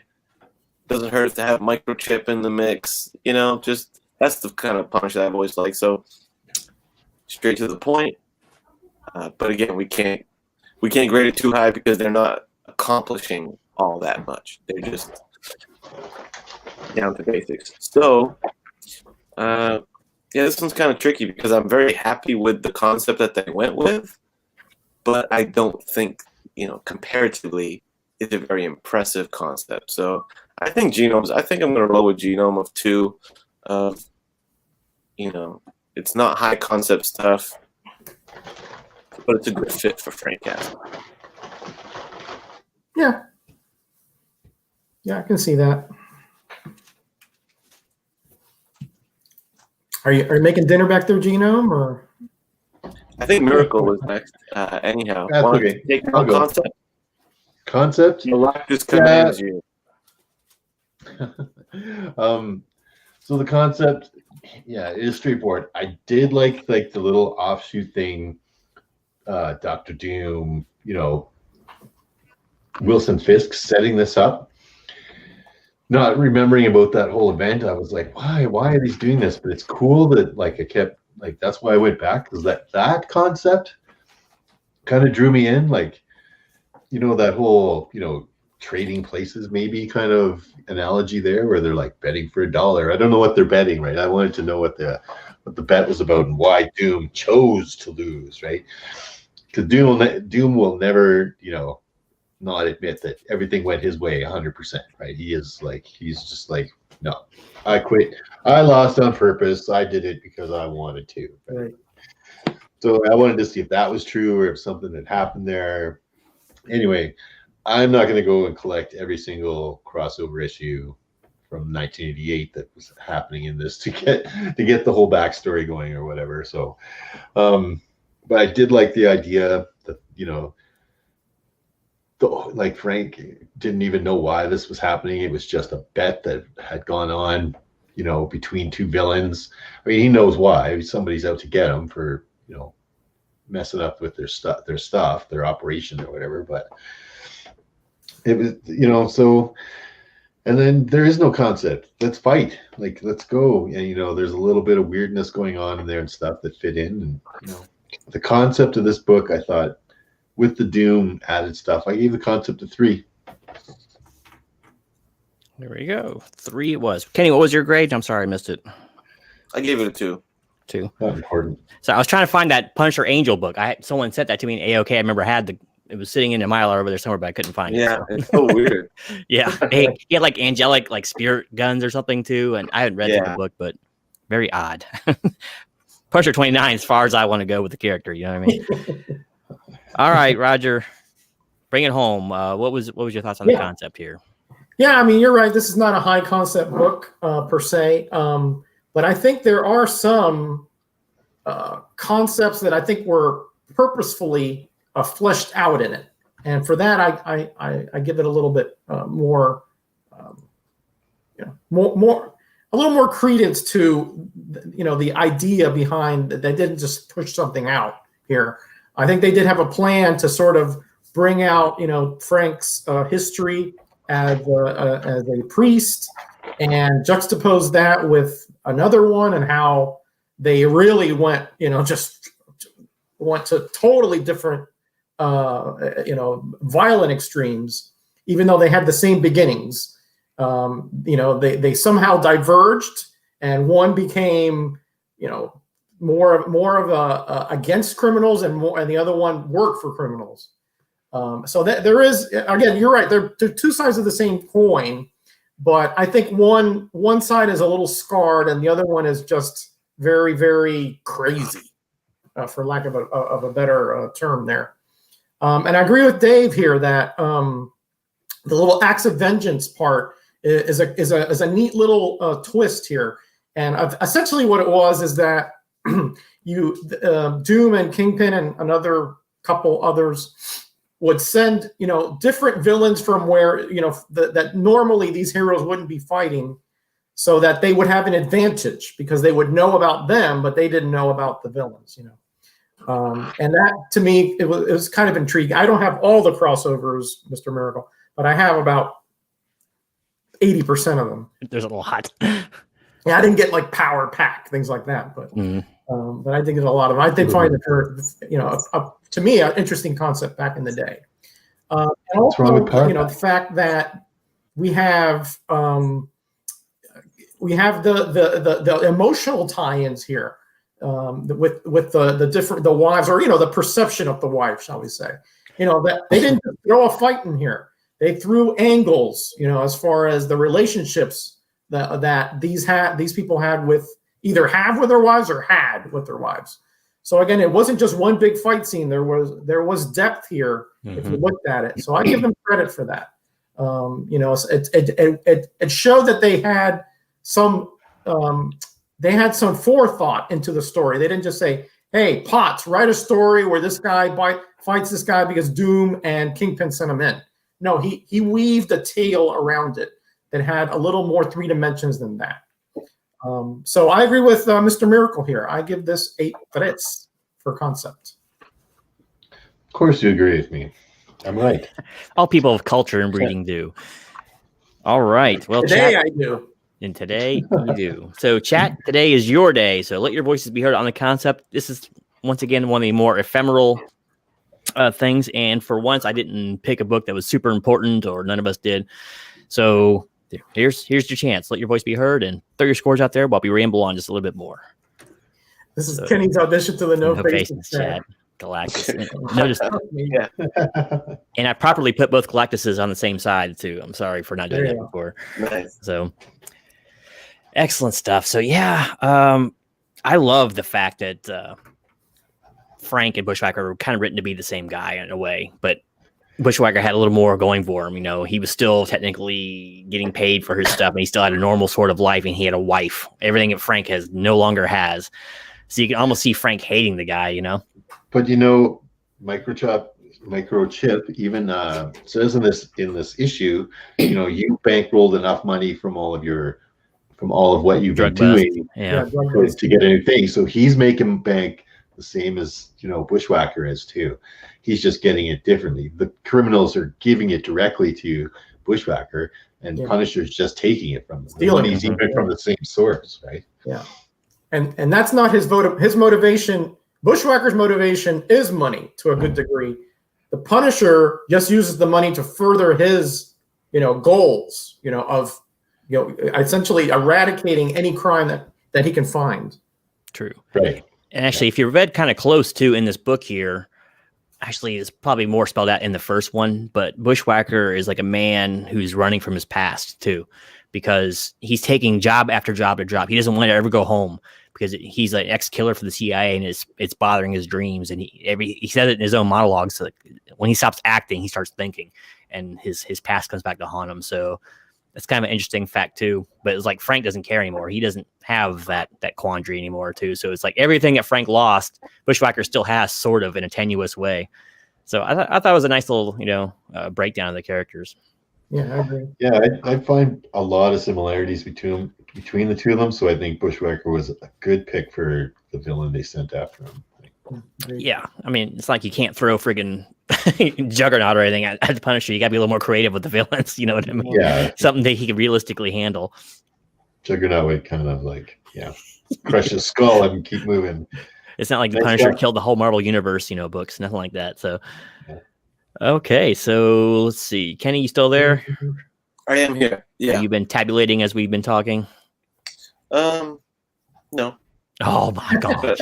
I can pick 3 from Bill, 2.5 from Alex, 4 from Heroes to Icon, and hit us with a 3.5. Did Biggie give? Oh, Biggie says 3. 3. Yeah. That's a great point there too. Here, it's just classic Punisher, and we've all touched on this a little bit today. Some characters you don't need to overcomplicate.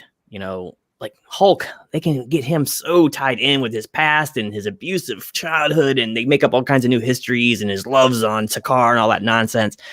Frank is a more basic character, and there's no sense overcomplicating him. He's pissed. He wants vengeance. That's enough. Turn him loose, you know? Yeah. Let's see, my favorite Hulk stories are when Hulk smash, right? I don't need the Betty Ross love story. I need Hulk. Doc Samson love triangles. Forget that noise, man. Yeah, it's funny because some of the best Hulk stuff, that recent Immortal Hulk run, which is really solid Hulk, went back to like the original when the moon comes out, he becomes the Hulk. So like it really went back to like, and the Jekyll and Hyde stuff, and like just gotta make him gray. Yeah. So what's the verdict here? Oh, Russ came in to throw a monkey in your wrench. 4.5. That might up it. Yep. Yeah, that does up it to 3.5. 3.5. Wow. So they're a little more giving. One of those rare instances where we're all way below, well, not way, but below the check. Yeah, below the mark. So, all right. So, actually, if you want to go ahead and give us a total chat score right now, we'll go ahead and tabulate that. We have a 3, a 4, a 3.5, and a 3.5.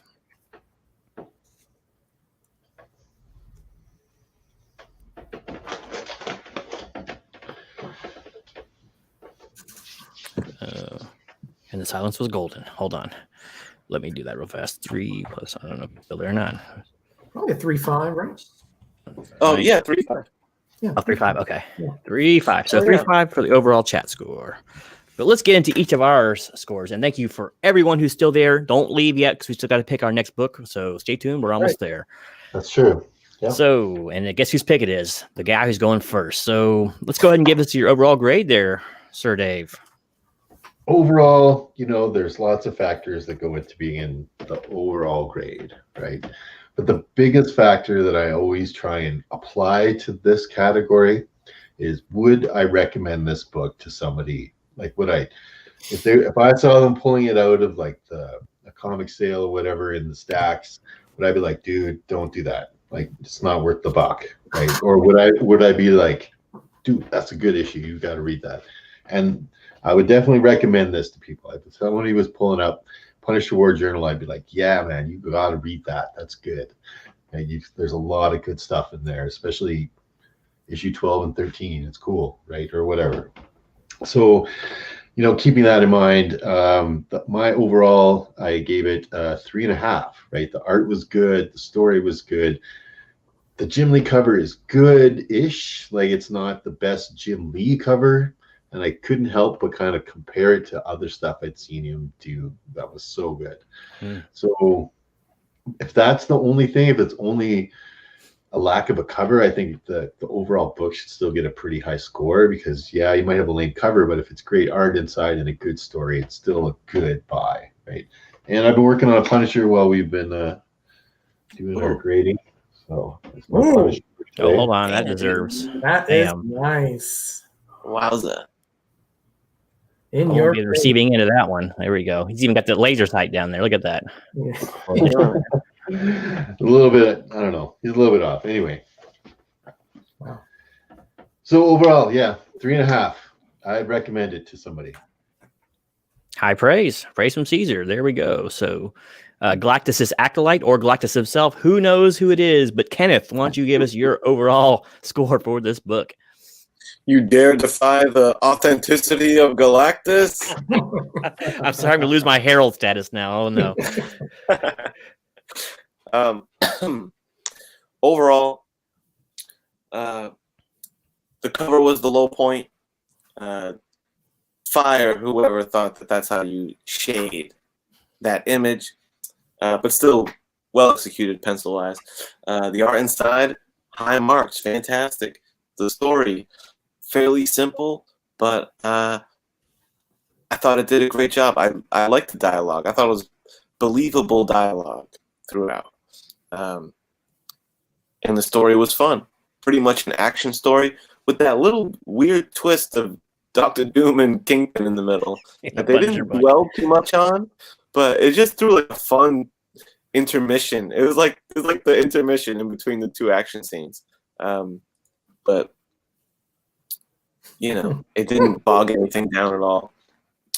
And the concept, gets lower scores. Not really because it did anything wrong. It just didn't reach for the stars, So with that being said, so I have, with the cover and the concept, we're kind of bookending my grades with lower, like 2 grades. But the art and the story, what matters most in a book, I'd say, really, really overperformed. So I'm going to go ahead. You know what, man? Let it fly. Let it fly free. You know what, man? You can do it, Kenny. You can do it. Come on.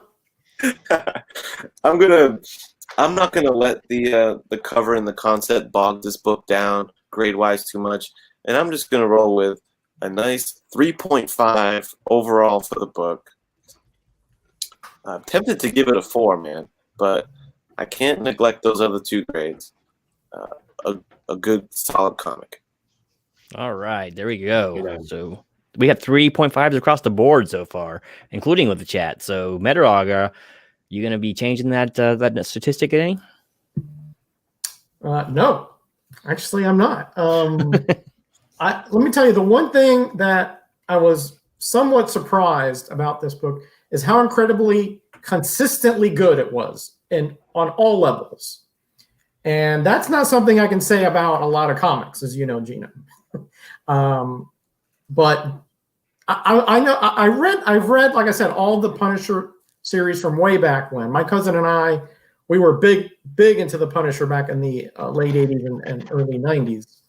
But I remember the story somewhat, but when I read it, it all just kind of flooded back to me like, hey, yeah, I remember that gun, and he could change the calibers and all that stuff. And thinking that, the Punisher and him, had the same backgrounds and all that stuff. I thought that was cool back then. Again, Metarog was much less refined at that point. But as I read it this time, I was like, man, there's nothing that I can really detract from it. Other than, nitpicking kind of things that don't raise it to an incredibly high level of concepts or high art or anything like that. But for what it is, it was incredibly consistent throughout. Cover, I thought, was very effective. Yeah, there's lighting issues and things like that, but I think it conveys what the story's about very well, and not a lot of covers can say that. The story, we've already been through this. I thought the dialogue was hokey here and there. It was okay, but the different concepts within the story I thought were really well fleshed out. We've gone through that. I'm not going to go through that again. Art, honestly, surprisingly good. No retractions. Good layouts. Good story continuity with the art. Good facial expressions. Really good poses, and when the different situation called for it, it just was really well done. I mean, some backgrounds were here and there, a little lazy. A few faces were a little overdone. But those are nitpicking, really good stuff.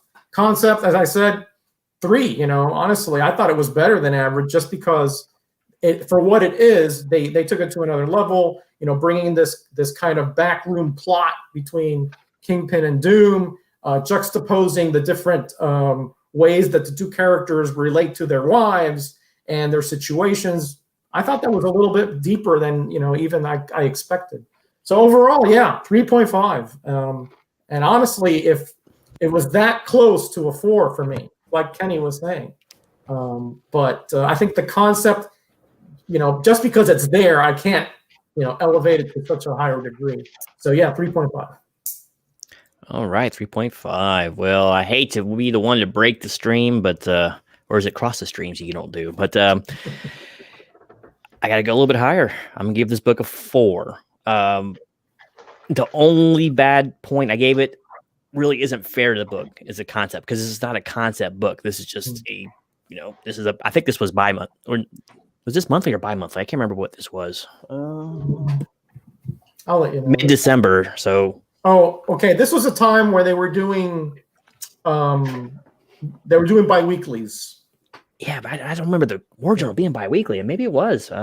There was a time they were doing it. Yeah, that's crazy, man. Yeah, if it said mid-December, yeah, those are bi-weeklies. Yeah. Yeah, I seem to remember that being like bi-monthly or something because it was a premium book, you know what I mean? But whatever the case may be, the concept, but we'll get into that. There was the low point for me. But cover, I gave it a 4. I love hero in peril covers that actually look like the hero's in peril instead of shrinking back in fear or, oh no, what will I do? The power of Galactus is crushing down upon me, you know. When there's no words, that it's much more effective, you know. It means he's actually in peril. He's not even conscious, it looks like. So it looks like he's dead in this. So I gave it a 4. For the story inside, I gave that a 4 as well. I'll probably dwell on this more than anything because this is how you keep readers reading every issue of your book. It's not just once collecting keys and things like that. If you keep solid content like this from book to book to book, what the Punisher did back then, people keep coming back for more. And it's just how you write a story to a character. Like I said, there's no extraneous dialogue here that needs to be, you know, Frank is very monosyllabic to say some onomatopoeia words. It all makes sense. Everything is rational, you know. And if you ever read, like, a lot of people will question, it's like, well, why didn't he heal up before he went after Bushwhacker? Like, read Annius's run.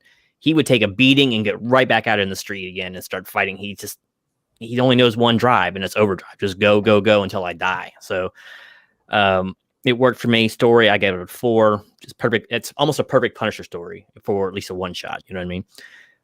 For interior art, gave that a 4.5, highest marks of the book for me.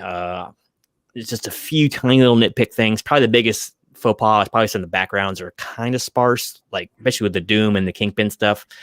But for the most part, and some a little bit heavy inks here and there, but I thought it was completely stellar. There are so many standout shots and panels in this book. It almost belies belief. So 4.5 inside, and the concept I gave it a 2. Once again, it's just a bi-weekly Punisher comic, you know. What more can you say? It's a very well done one, but nothing of too big of import happens here. Even in the whole Acts of Vengeance storyline, this is like a sidebar story because, you know, Doctor Doom doesn't care about the Punisher and Loki doesn't care about the Punisher. And I will say, though, if you can read 12, the one before this, the way that they get these two, like, or at least he gets the Punisher and Bushwhacker's sights is really inventive and cool. I thought it was a very interesting way of doing it. Like, and it shows how smart both Kingpin and Doom are, like playing a maniac psyche like Bushwhacker against himself to make him do work for them. It was pretty good, but just 2 on that. So I'm gonna give this one an overall of a 4. This is, I think it's a great book, and like, it doesn't reinvent the wheel anywhere. It just does everything well, I think, and that's a breath of fresh air for me sometimes. Cause we can get some pretty questionable ones that are really high concept and just really fall flat. So 4. So true. High quality stuff. So there we have it, ladies and gentlemen. I gave it a 4. So we're all really, really close on scoring. This might be our closest score ever, actually. I have to go look through the notes, but yeah, pretty random book to get so close. Yeah, I know. I could have gone 3-5 just to be a putz, but it's like, no, this is my score before. I'm going to stick with it. Well, you gotta do what you got to do. You know? There it is. So I don't know if Kenny's going to come back with us, but if he does, we will get back into it. But I think right now we have a book to pick out, don't we there, Dave? Yeah, let's do our pick for the week. We'll let the chat decide. So I picked out 2 books, a real modern book and a Copper Age book. So for the modern book, I picked Star Wars number 7, 007. This story is a tale that happened to Obi-Wan while he was hanging out on Tatooine over, like, watching Luke. So, yeah, he wasn't just hanging out in the cave doing nothing, right? He is obviously right next to a city that's the hive of scum and villainy, right? So obviously he's going to go there and, you know, fuck up their shit, you know, be the Punisher of Tatooine. So that's Star Wars number 7. Or, of course, we have G.I. Joe Yearbook number 3. I believe this bad boy is from let's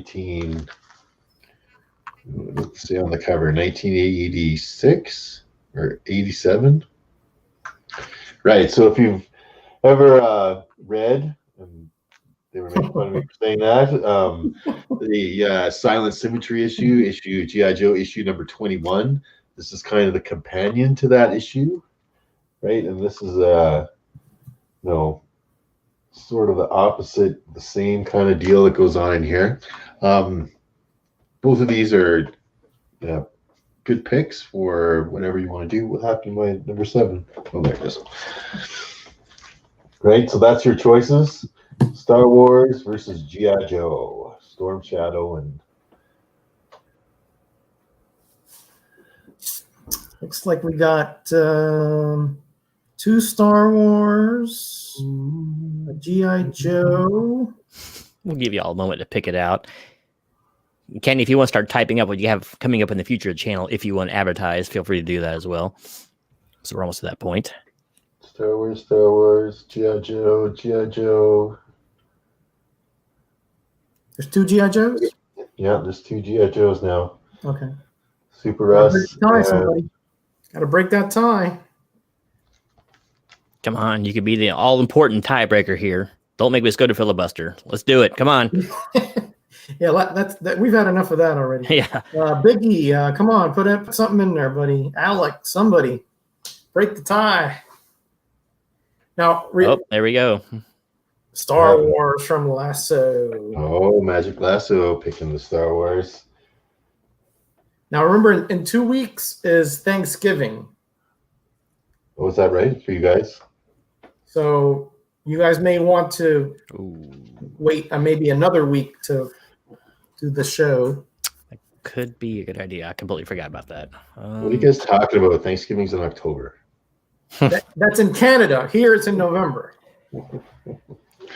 Yeah. What do y'all eat? Like a Thanksgiving beaver or something? What is it? We got turkeys here. Do we want to go 3 weeks without a show? I hate to go 3 weeks, but I mean, unless you want to do it next week. We can't. No, it's too soon. Let's go 3 weeks. We'll just roll it 3 weeks. Yeah. We can't do it on Thanksgiving. That's not going to happen. No. And you have to Simeon has to be on deck because I'm probably not going to be around yet because I'll be moving in. So Simeon will probably have to take over for me for the next show. I'm surprised. Don't let the Austrian vote. That's what Schwarzenegger said too. Don't let the Austrian vote. Bill thinking the bad things. Thinking I pulled a Leslie Nielsen quote there, but those actually I was trying to think of Canadian animals there. I didn't want to say moose. Everyone says moose. They eat moose. Yeah, big. Hey, moose is delicious. I'll try. I've never actually eaten it, but I'll take a try it one day. So is Star Wars the book? So we got Star Wars 007 from what year is that? 18, you said? Yeah, no, it's like 2000. Oh, well, yeah. Oh, it's pretty new. Yeah, looks pretty new. Let me just take a quick peek at this. It is from 2015. Whoa. 2015. It's really new. Now to watch the show. That'd be my second newest book, other than this turd that I got over there. All right. Well, there we have it. Star Wars 007, Secret Agent Obi-Wan coming at you hot. So there we go. Interesting. He's going to be the Punisher of Tatooine. Yes, his powers have great sway over the weak and feeble-minded. Assuming it's available. Yeah, it could be. Be ready on that one, Wayne. So just in case you got to sub in. All right. Or if somebody you're not there, we'll get somebody in there. We'll find somebody. Can he hate my pick so much he bailed? He bailed. He said, like, I saw the Punisher and he's out. He says he's drawing one right now. So Thanksgiving Eve. Well, I guess we could do it a day before. I usually don't do anything on Wednesday. We'll announce something on one of the channels. Yeah. That's when we figure it out. Be on my channel, right? That is a kind of a decent idea to do it the night before. We'll see how the dates work out. We'll confer in the background and let everyone know. Okay. So, all right. So, Dave, since you have the podium, what's coming up new on Mr. Miracle's channel here in the near future? Well, I will put out another, top 5 undervalued comics. ASAP is. I've kind of got the show together, but I just need a little bit of time to get it filmed. And other than that, there's stuff. I know there's an AOK out there gonna hit big right away. So something might happen with that. Some good one sent out from up there. Some lucky someone's gonna get some miracle stuff. Mm-hmm. Kenny in the chat, do you have anything you want to put up there that's going on? Please type it now. We'll wait with bated breath and open ears. Coming up on 84 channel. Here we go. Don't want to get me started on that, my friend. Oh man, that's funny. Yeah, I support the Austrian. Yeah, there you go. Well, yeah, you and Wolfgang both. I'm sorry, but Roger, what do you got coming up? I know you got a move coming up, but what do you got coming up on the channel? Yeah, the only thing I have coming up is a roundup next Thursday, and then I'll probably be not being on YouTube for a couple weeks. I got to set up the internet and all that over there. So probably you won't hear much from me until a week or so into December after this week. Very Merle Haggard. If we make it to December. All right. So good to hear. And like I said, we know Kenny's procrastinating. So there we go. Good luck with that procrastination because I'm the king of it. So you can dethrone me. More power to you there, bud. Genome Presents got the same old review stuff coming up. Started my new series talking about TV theme songs of old. So I got a couple more of those to work on. I just got to get them done. And I actually wanted to review this comic because it pissed me off so badly. This Visionaries vs. Transformers vs. Visionaries I just got because I wanted to like anything with Visionaries in it. And boy, this Visaggio person. Woo! I think they should have watched the cartoon because it freaking blows chow. But anyway, it would have been because I was going blind, going in blind. I just found out the book existed. I was like, oh, this is cool. It's got a Visionaries. I love the Visionaries property. And boy, the person who wrote this never watched Visionaries. So anyhow, so that would probably get reviewed here just because I want to take a big steaming dump on it really badly. But there it is. So yeah, just more of what's going on. I still got some more interview feelers out there, but it's few and far between right now. I actually reached out to a very big wig, a de facto leader of Marvel Comics back in the heyday. So if I ever hear back from him, maybe we'll get an interview going there. But it ties in with another project I want to do a story on. So that's it. So all right, closing thoughts. Anything you want to say to the chat before we get on out of here, everyone? Yeah, great participation as always, man. These guys are on the ball. They know their stuff. It's a very Thanks for hanging out. We have, that's for sure. We love you guys and love having you participate as well. And I like it better when we have 4 graders, but that's whatever. If Kenny doesn't want to be seen, doesn't want to be seen, and Dave wants to really show us this Frank, and there it is. He's got the battle van back there. I didn't notice that the first time. Nice. It's coming. It's coming along nicely. He put some gleams on that barrel too. That's nice little touch. I just noticed that too. Beautiful. So, all right. Well, it's been real. This has been another episode of Graders Notes. We'll be on Mr. Miracle's channel next time. Date to be announced, but within either 2 or 3 weeks, it'll be going on. So get your copy of Star Wars 007 from 2015 ready and read it ahead of time, and we will be reviewing it then. So, gentlemen, ladies, all those watching on replay, thanks again. Don't forget to like, subscribe, share, put something in the chat. I answer everybody, and so does my compatriots. Good luck on your move, Roger. And everyone have a great evening. And until next time, this is Graders Notes, out.